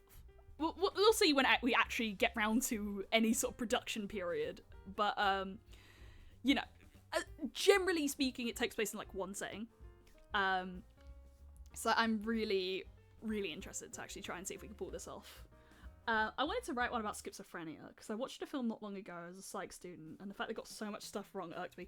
Yes, like what did I have that about recently? I think what happened recently, we had a stream where I think it was an art stream, and I was talking about the film VHS. And I was saying, like, I was just kind of disappointed with them. Like, short films, you know, like, you can give them leeway and stuff. And what I sort of said was, like, the found footage genre in itself is, like, interesting. But I feel like it's kind of been overdone to a point. And I feel like there hasn't really been, like, unique angles on it for a while. And there was some times in VHS where there was gonna be an interesting angle, and then something about that film just didn't click, you know? And what I said was, like, why hasn't found footage been done in other genres? So we came up with this really cute idea of, like, okay, what if it was, like, a fantasy with found footage? So what if it's, like, a D&D party or something that found a camera, and it's, like, you know, an orc filming a vlog? Like, you know, why does it have to be horror? Whoa, fucking hell, what was that? I'm guessing that was a cat. Let's hope it wasn't my family. Fucking hell. Sorry, that was just a really loud noise. I don't know what it was. I'm assuming it was a cat. We do have a lot of cats in the neighborhood. Cats like foxes as well. So easily could have just been a cat making a noise. But I had my headphones on, so I couldn't really hear it very well. Right. Okay. Let's at least, because how long have we gone? 1 hour 40. Okay. If we can at least get a first scene, possibly a second scene down, I'd be happy with that. Right. But yeah, I was sort of saying, like, yeah. Well, I sympathize where you say, like, getting things wrong, and then it's, like, wanting to do something better. I totally get that. I get that all the time. I love watching bad things as well, because then, like... Also, quick guess, was the schizophrenia thing possibly related to the film Split? I don't think it would be, because I think Split's DID. But, what film was it? I'm curious. They find a switchblade. They're absolutely fascinated by it. Yeah. She's like, what is this strange device? Woo! He's like, woo! First shows of rain pouring onto the asphalt, collecting into a puddle. The second is of the overcast. Alright. Oh, were we still on the wrong... I think we were on the wrong thingy. Okay, give me 1 second there. Action. It should be an action shot. Yeah. It's either that or it's just that I made the text bigger and I think it's just getting confused. People... third shot. People walking across the street from a low angle. The only things visible being their feet. In the center of the frame is Elias J. Dodger. She's slumped against a building. Wasn't Split about what was? Yeah, I think it was. I'm trying to think about films that would be about like schizophrenia. I actually don't know. She's slumped against the wall. Sat. She's sat against the wall. And looks insane isn't the right word. I'm trying to think of the other words. It's not insane. It's like she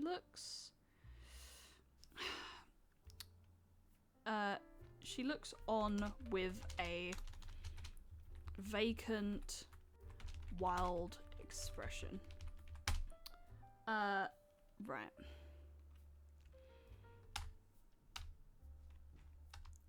Okay, I feel like, yeah, that's gonna go down again, isn't it?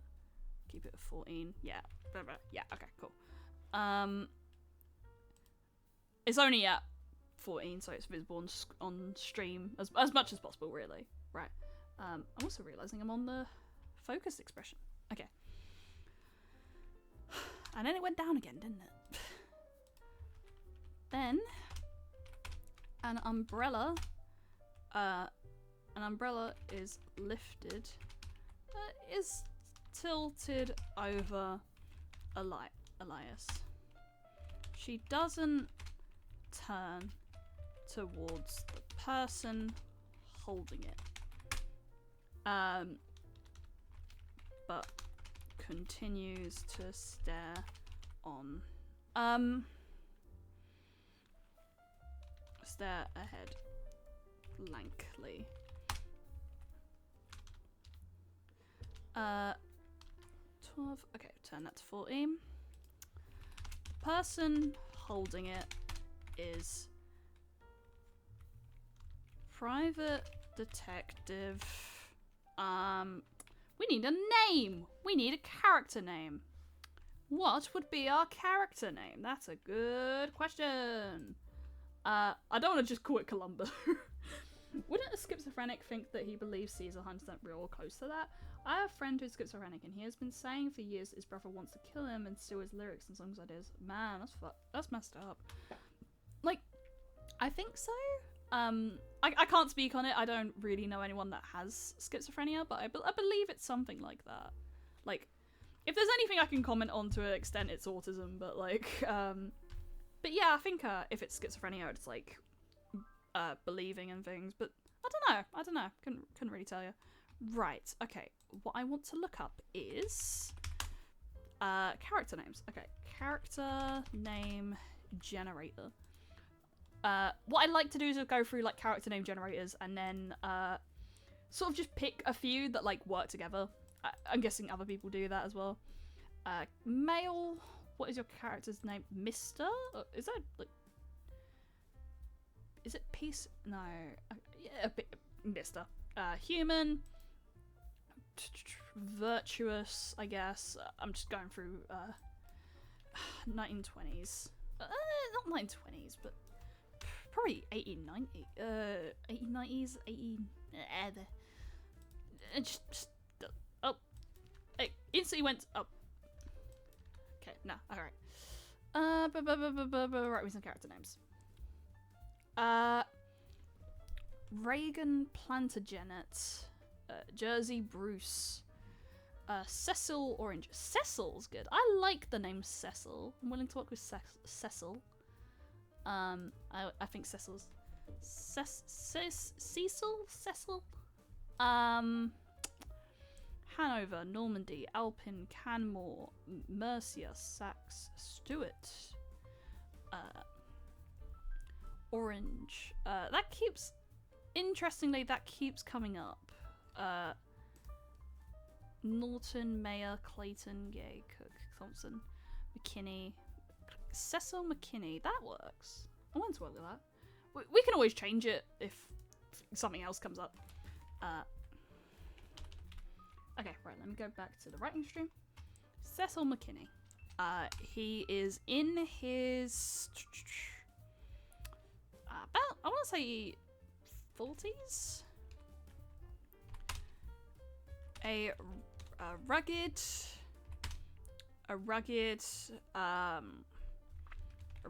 serious man. A rugged, serious man. With a... Okay, in that period, were they smoking cigarettes? We're doing some more research. Doing research as we go. Did, right. Smoking in the 1920s. Because I know, like, pipes have been a thing. I'm just... Okay, so did have... Yeah, history of tobacco policy. Let me have a look at this. Roaring 20s. Cigarettes.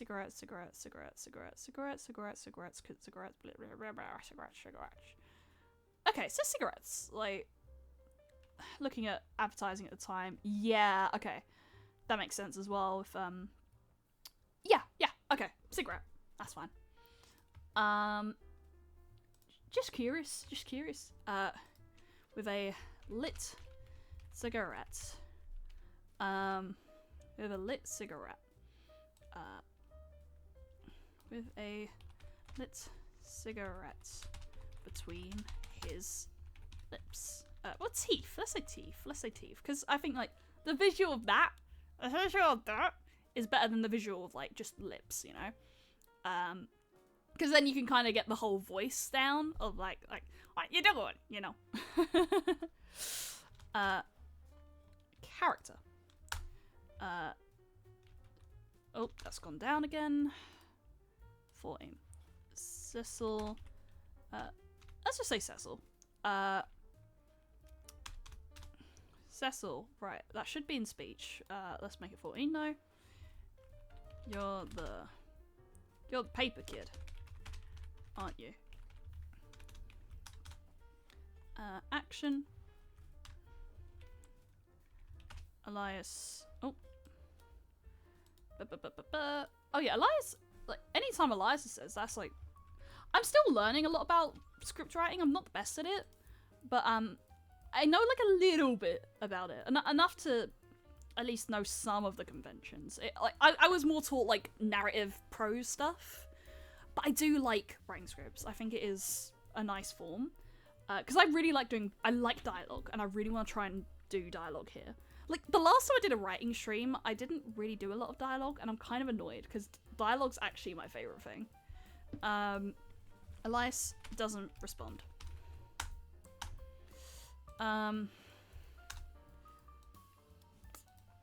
Cecil. It's late. Take cigarette out of the pack, the rest spill out and fall into the puddle, and pretend not to care as they light it. We love Cecil in this house. We don't even have a character sheet, we're just like, we love this guy. It's like, you should be getting home, kid.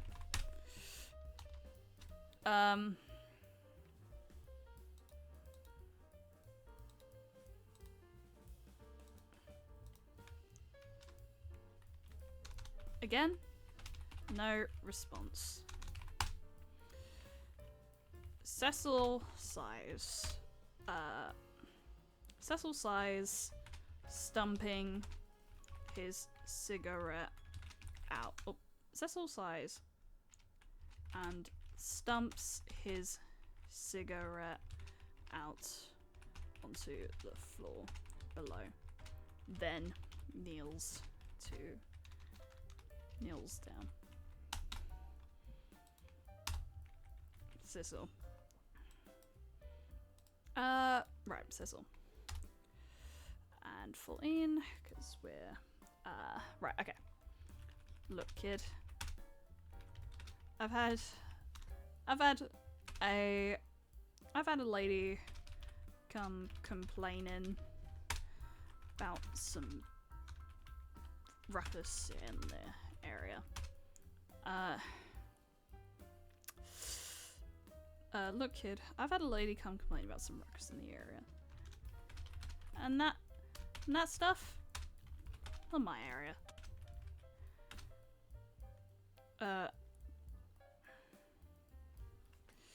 It's getting late, should we, look, kid, I had a lady come complaining, at me about some ruckus in the area. And that stuff,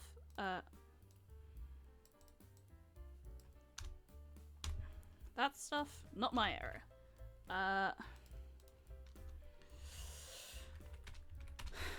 But I was like,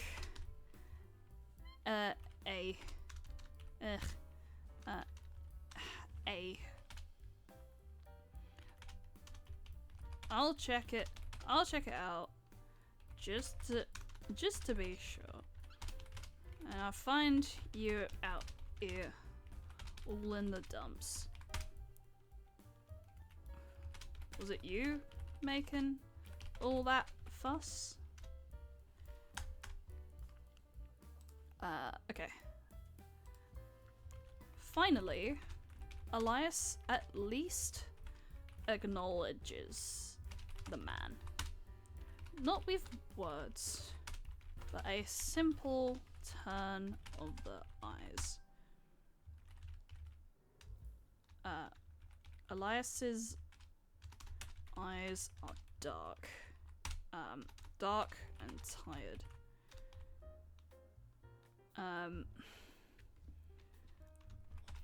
And her lips are parted ever so slightly.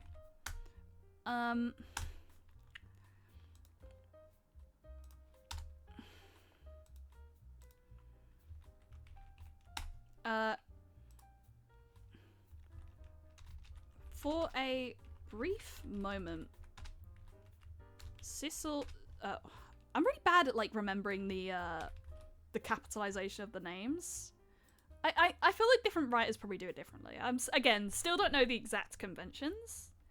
Okay, for a brief moment, Cecil loses some composure.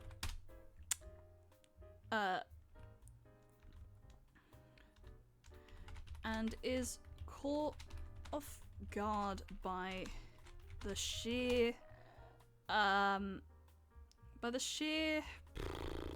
what's the word? It's caught off guard by the sheer empty I love the typewriting font. It's so nice, isn't it? Like I think this is like the sort of standard font because I know there's like proper script writing softwares. I think Final Draft is the one they called, where it's like built for writing scripts.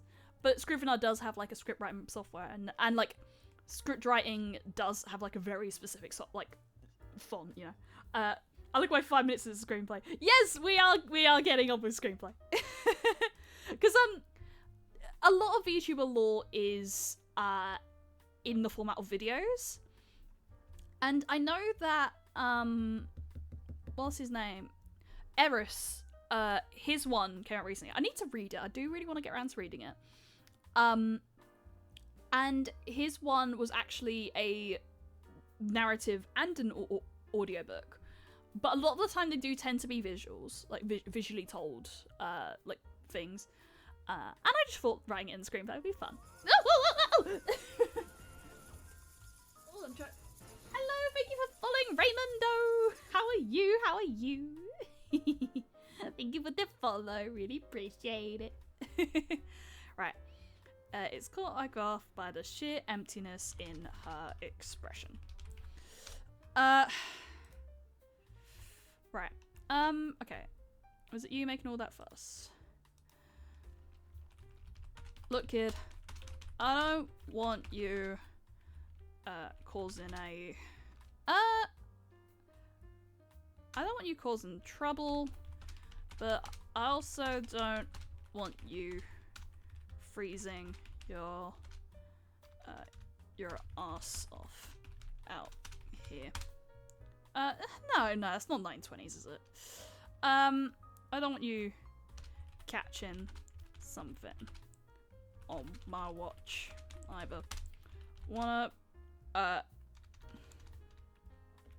come chat with me in my office and dry off a little, will ya?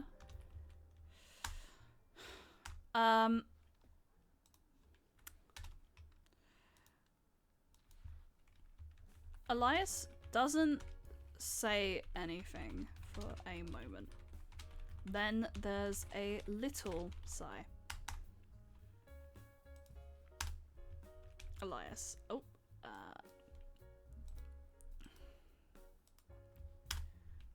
Fine. Fine.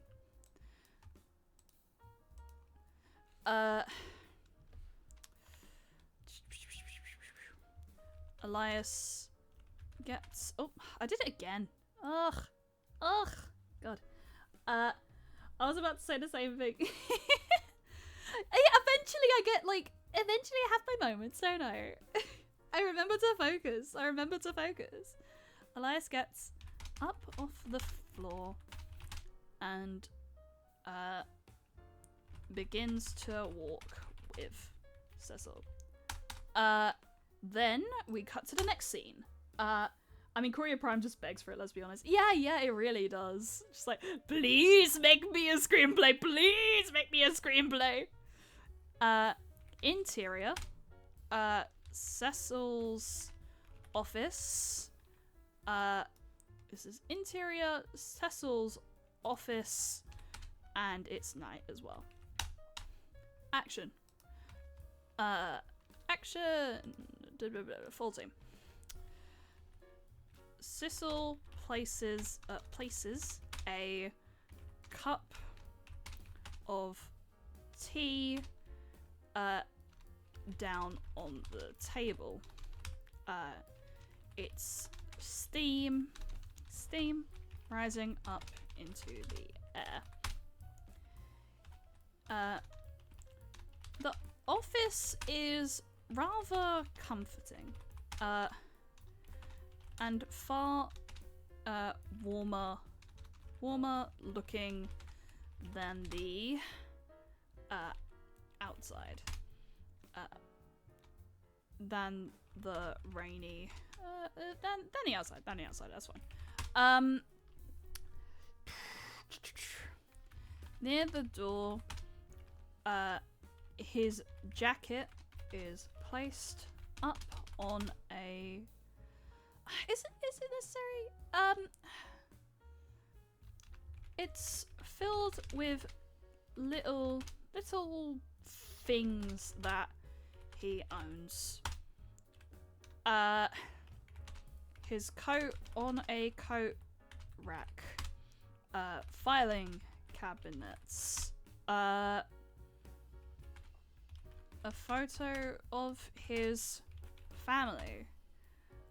And a good shelf, and a shelf full of the good stuff.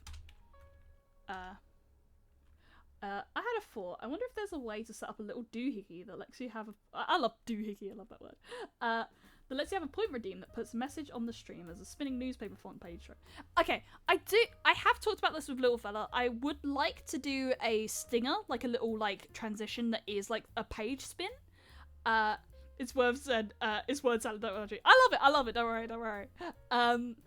Yeah, I would like to do that as a scene transition. And that could actually be a really good idea for like notifications as well. Like, oh, someone's followed and it's like, that'd be really cute, yeah. We can definitely look into it. Like, I've said it in the past, but like we are kind of building up my whole streaming thing through like from top to bottom, really, from bottom to top. Like, it's very DIY. It's very DIY. Like, it's not perfect, but it's getting there. You know, eventually over time we'll have something that's like really good. You know. Unlike the whole bot artists, the bot artists on like Twitter and stuff, where it's just like, hey, have you got every single thing you need for streaming? And I'm like, hey, I can make them myself, or I can like commission them in time. And it's like, commission me, please. I'm like, no, I feel like you use stolen assets. Like, commission me, please. Your genre theme is just rife with possibilities. Thank you. Like, honestly, yeah, I was like, honestly more surprised as I've started streaming of just like the sheer amount of stuff we can play with as like the 1920s as a theme, and specifically like 1920s like Newsies Paperboy. I gotta move these black market AI assets. Come on, yes. Ugh, God, the bots. Right. A shelf full of the good stuff. If he needs a drink on the job. If he needs a drink on the job, whiskey's his go-to. I like to, sometimes I like to do that. I like to add like little bits of comedy, if you will, through a text. Right. Okay, right. Okay, no, don't want that. Right, okay. Add another action line so we can sort of separate this out. This has gone back to 12. Right, 14. Cecil sits down, eases himself down onto a chair across from Elias.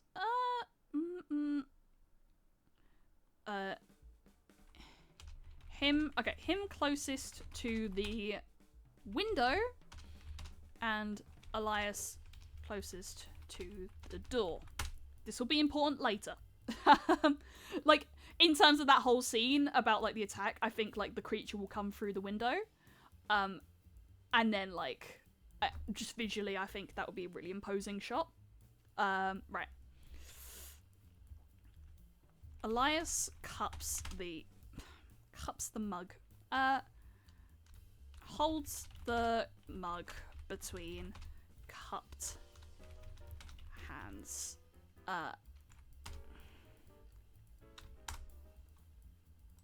Character. Right. Cecil. 14. It ain't like you.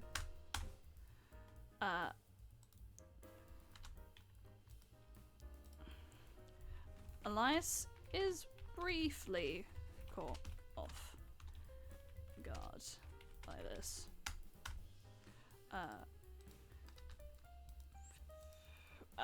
Elias. It's 14. Okay. Changing the text size is very annoying. Pardon, sir? Right.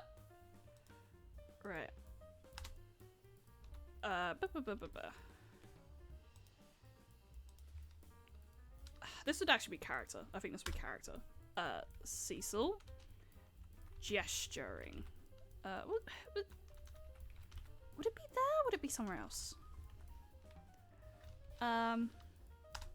Parenthetical. There we go. Gesturing. Gesturing.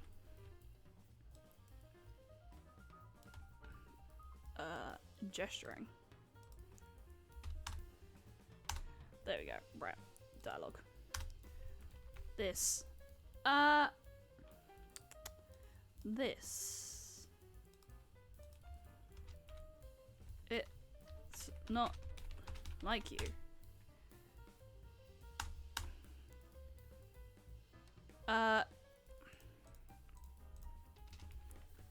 I've seen you on your, I've seen you at work. It's not like you. I've seen you around selling the daily. I don't know, just like, yeah, selling the daily. Like, have that just be like, okay, quick question. Actually, this is a good idea. The Daily Yapper. Okay, that would actually be really fucking cute. I'm gonna do that. Selling the Yapper. If we make that the actual title of the newspapers that Elias is selling, that would be so cute. Selling the Yapper. You're all smiles and giggles. This, it's not right. Not right at all. Okay, right. Okay, I think right, there we go.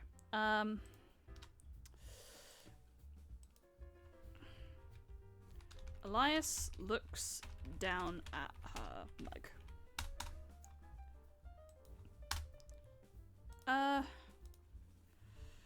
Elias.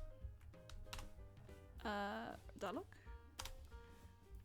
14. Okay. A lot of this is just gonna be going back up and adjusting the thingy. Alright,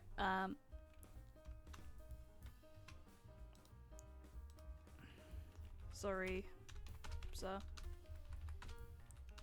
A lot's been on my mind.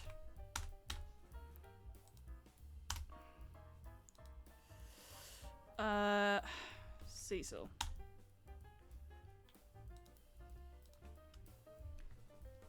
A lot of people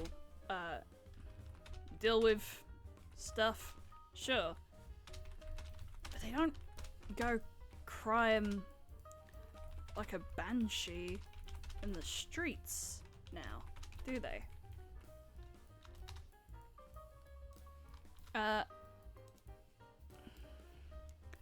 Elias blushes from shame. Flushes is probably a better word. Flushes from the shame.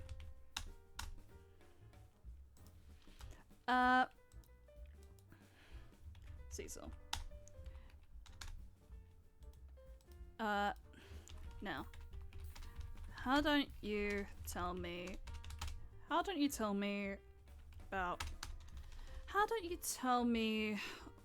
what's going on with you kid?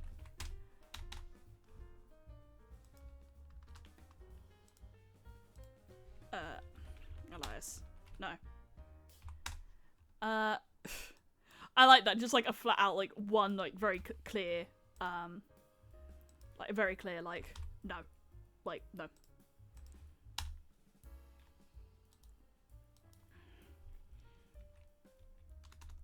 I think Cecil would go right back into that. I don't think there'd be, like, break there. I think Cecil would just respond right away.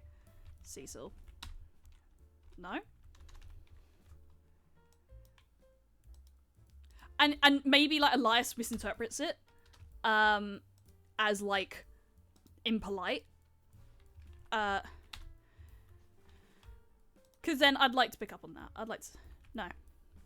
Sir. Yeah, like that.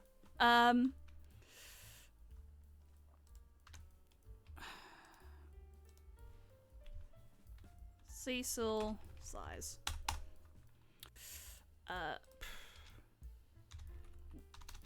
This is more than he signed up for when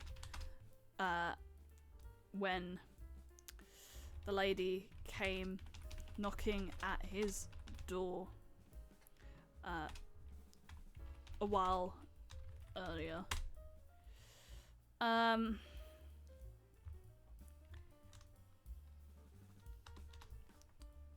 Like, that's, like, not gonna be something we say in the thing. Okay, I've also realized... Okay, yeah, Elias is fixed now. Yeah, this is not gonna be that's not gonna be something that we'll necessarily have to explicitly say has happened. Like, we kind of have in just, like, earlier, where he said, what was it? I've had a lady come complaining at me about some ruckus in the area. Like, he's already kind of expressed that, but, like, that's just, you know, extra characterization that doesn't have to be said, but is there. It's there. Okay, character... Cecil.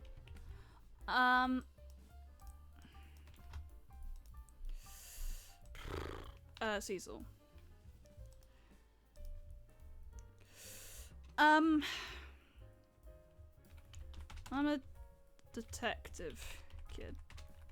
You know that, right?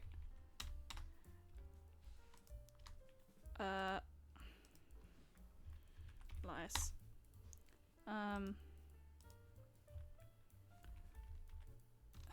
I'm aware. Right. Yeah, and at least as well that, like, clearly defines that he is, like, a detective to the audience, if anything.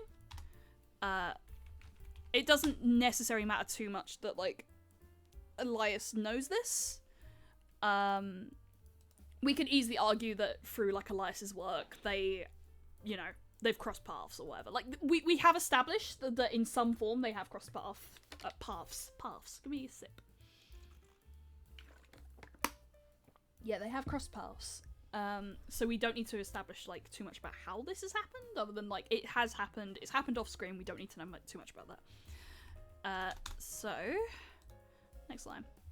Now, you know, my business is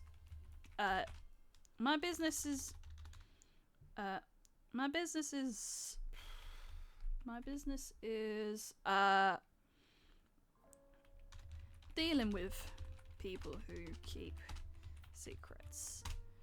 I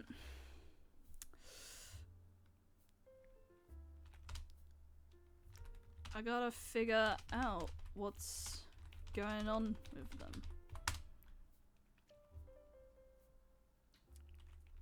Also, I like the idea that kid, what's your name again?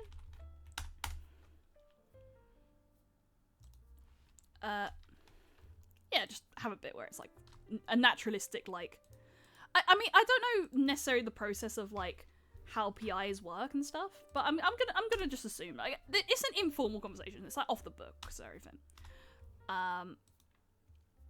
So we can assume that off the books, whatever, he doesn't know Elias's name. Elias, sir.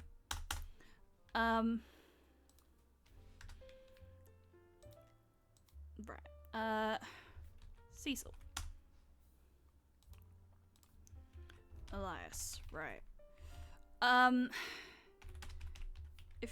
If you're keeping secrets that I've gotta know, you gotta tell, kid. The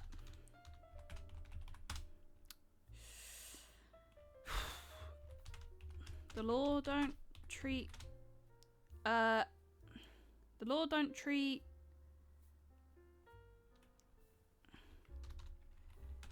you kindly. The law don't treat that sort of thing kindly.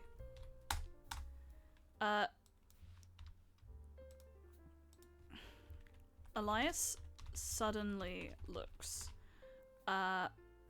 Elias begins to look panicked. Elias?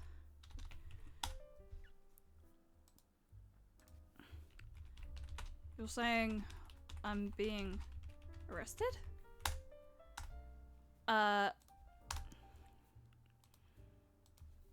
Cecil.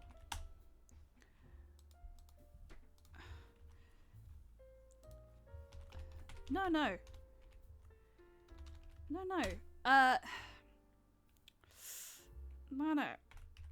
I'm just no, nothing like that. We're just having a chat. That's all. Unless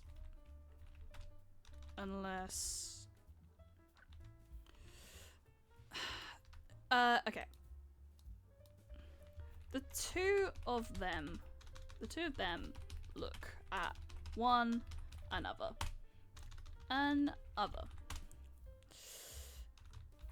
Neither exactly trusting the other in this situation. Elias looks like they the two of them look at one another. The camera. Also, I say camera, but it's not gonna be like actually filmed with like live action. It's gonna be like animated or animatic if it is gonna be done in this sort of form. Yeah. Because like I do that so visually, if there needs to be like storyboarding or anything like that, then they know like what shot's gonna happen. The camera focuses in on their eyes, neither exactly trusting the other in this situation. A standstill of sorts.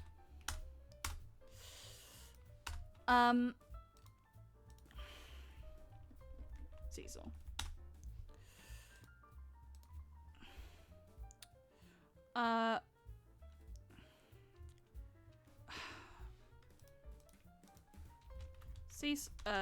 Cecil figures this strategy won't work. He needs to know what's up. In fact, he wants to know. He relents. Cecil, parenthetical, make that 14. Sighing.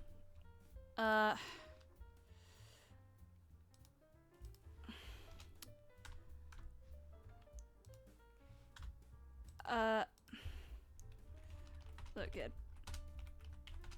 I'm just trying to figure out what's wrong. I don't wanna let you out and you have I don't know. Another fit of hysterics. Another fit of hysterics and cause people some trouble. If I can help, I wanna at least try. But you've gotta let me help you. You gotta help me to help you. Help me to help you.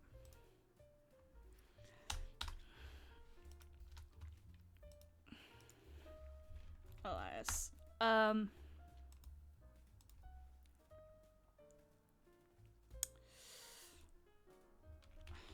not hysterical.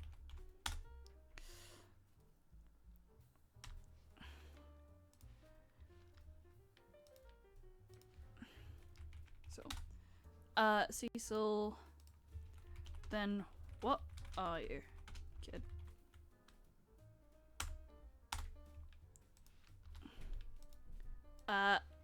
Elias. I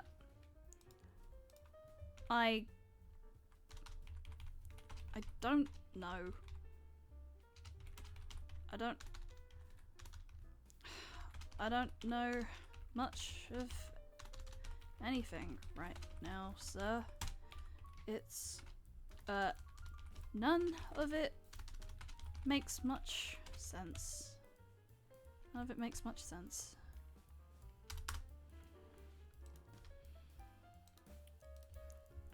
Cecil. 14. None of what? Good.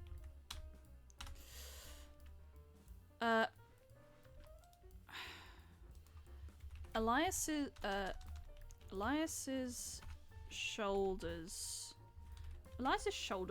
raise.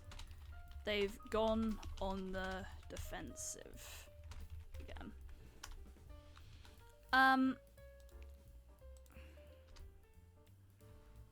Elias.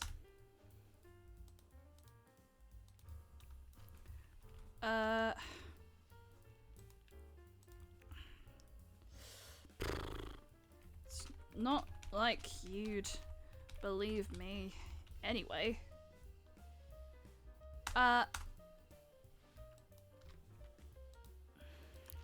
Cecil. Now, why are you saying that?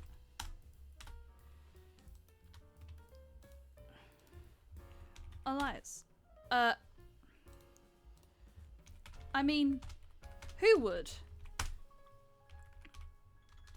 All of this? None of it makes any goddamn sense.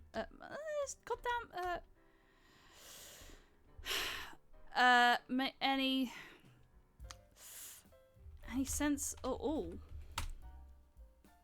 I wouldn't believe me if I heard me. I'm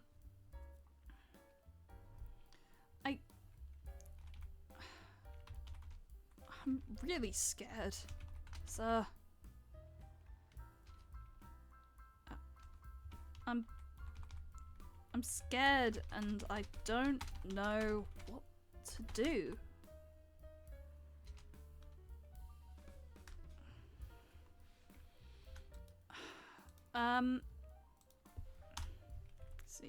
Cecil. Are you in danger?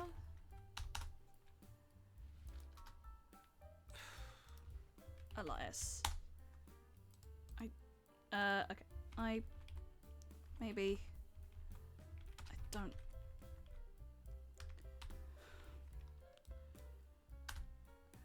Okay.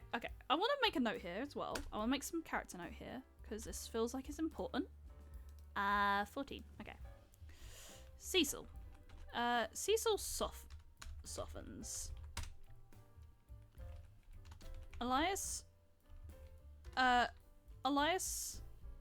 shifts from a mad criminal to a hurt kid in his eyes. And he's a man with a sense of justice. The poor thing.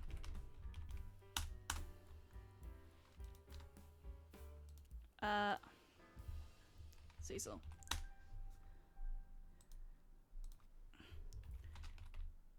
If you're in danger, I can help you out, kid. You just gotta talk to me. We can go from there. How about it? Elias looks up at Cecil. Like a whimpering dog. Like a whimpering dog. Like a whimpering dog, desperate for any help at all. And yet scared of what that might result in.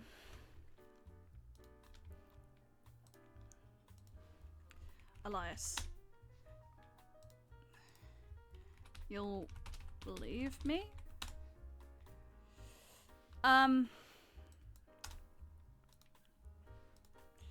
Cecil. Can't say I'll believe you.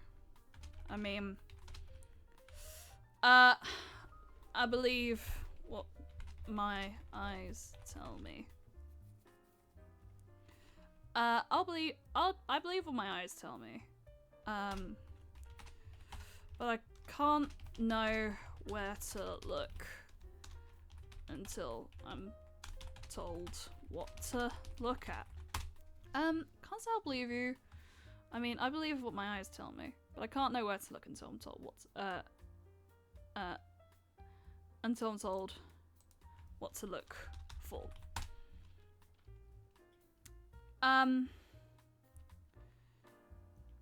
But I'll listen. I'll give you that.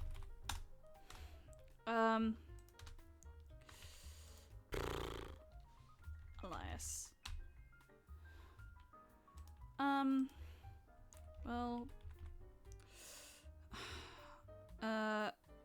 Well, it's a, what's the word? It's a, well, where to start?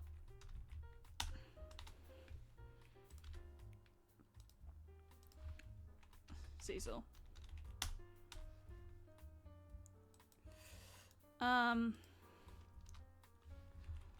All stories start somewhere. Don't know. Okay, actually, that could be a really good, Elias briefly smiles at this.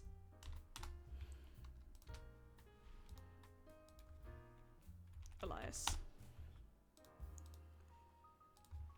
They do. Don't they? And then actually add a parenthetical there. Not whimsical, but like,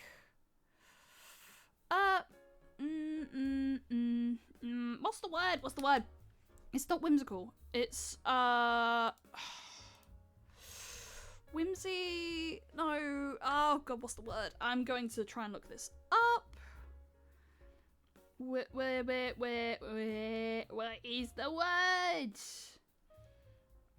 Whimsy? It's not whimsy, but I want to start whimsy. Whimsy, thesaurus. Because it's not whimsy.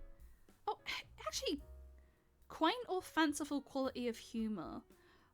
It's kind of like that.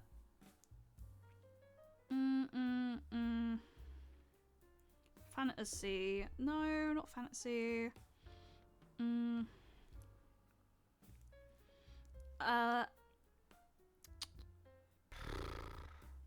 What is the word? Ah, I'm losing my mind. Where like, okay, where you talk about something, but it's more like a sorrowful like recollection. Ways of talking about something. Thesaurus. I don't know. Okay, here we go. Right. Whisper, converse, lecture, presentation, speech, verbose, chatty, voluble, talkative, discourse, oration, address. Consider, examine, dissect, review, discuss, reminisce? Like, okay, reminisce is the closest I can think. Reminisce. Reminisce, thesaurus. But it's not exactly reminisce. It's the quality by which you speak in a reminiscing tone. Right, okay. Reflective, reminisce, antonyms, no. Look back, remind, slight mind, recall, recollect, remember, retain, retrospect, review, revive, hark back, live in the past, muse, muse is close, mull over, ponder, prosper, pondering, iterate, no, brood over, chew over, call out, kick around, mediate on, meditative, possibly meditative, contemplative, contemplative is quite close, inspect, penetrate, observe, pierce, probe, pry, regard, scan, scrutinize, consider, examine, notice, okay. I'd say contemplative. Yeah, they do, don't they? Okay, right. That I think is good for now. I'm really happy with that first draft so far. Like I feel like it's more me, you know? Like I really like doing dialogue. Oh, what did I move there? I think I moved the follow bar, didn't I? Oopsie. It's not even showing, actually. That's interesting. Right. I'm going to move this up here. And let's see if there's anyone we can raid. I'm hungry. I really want to eat. I'm simple. I'm hungry. How is everyone? How's everyone doing? Have we got some writing done in the time I actually focused in? Right. Content, community, analytics, stream manager. I'm really happy. I think today's stream went really well. And just generally today's been a really good day actually. I'm very happy with today. Right, raid channel. Let me have a look here. Look, see who's around. Who's around?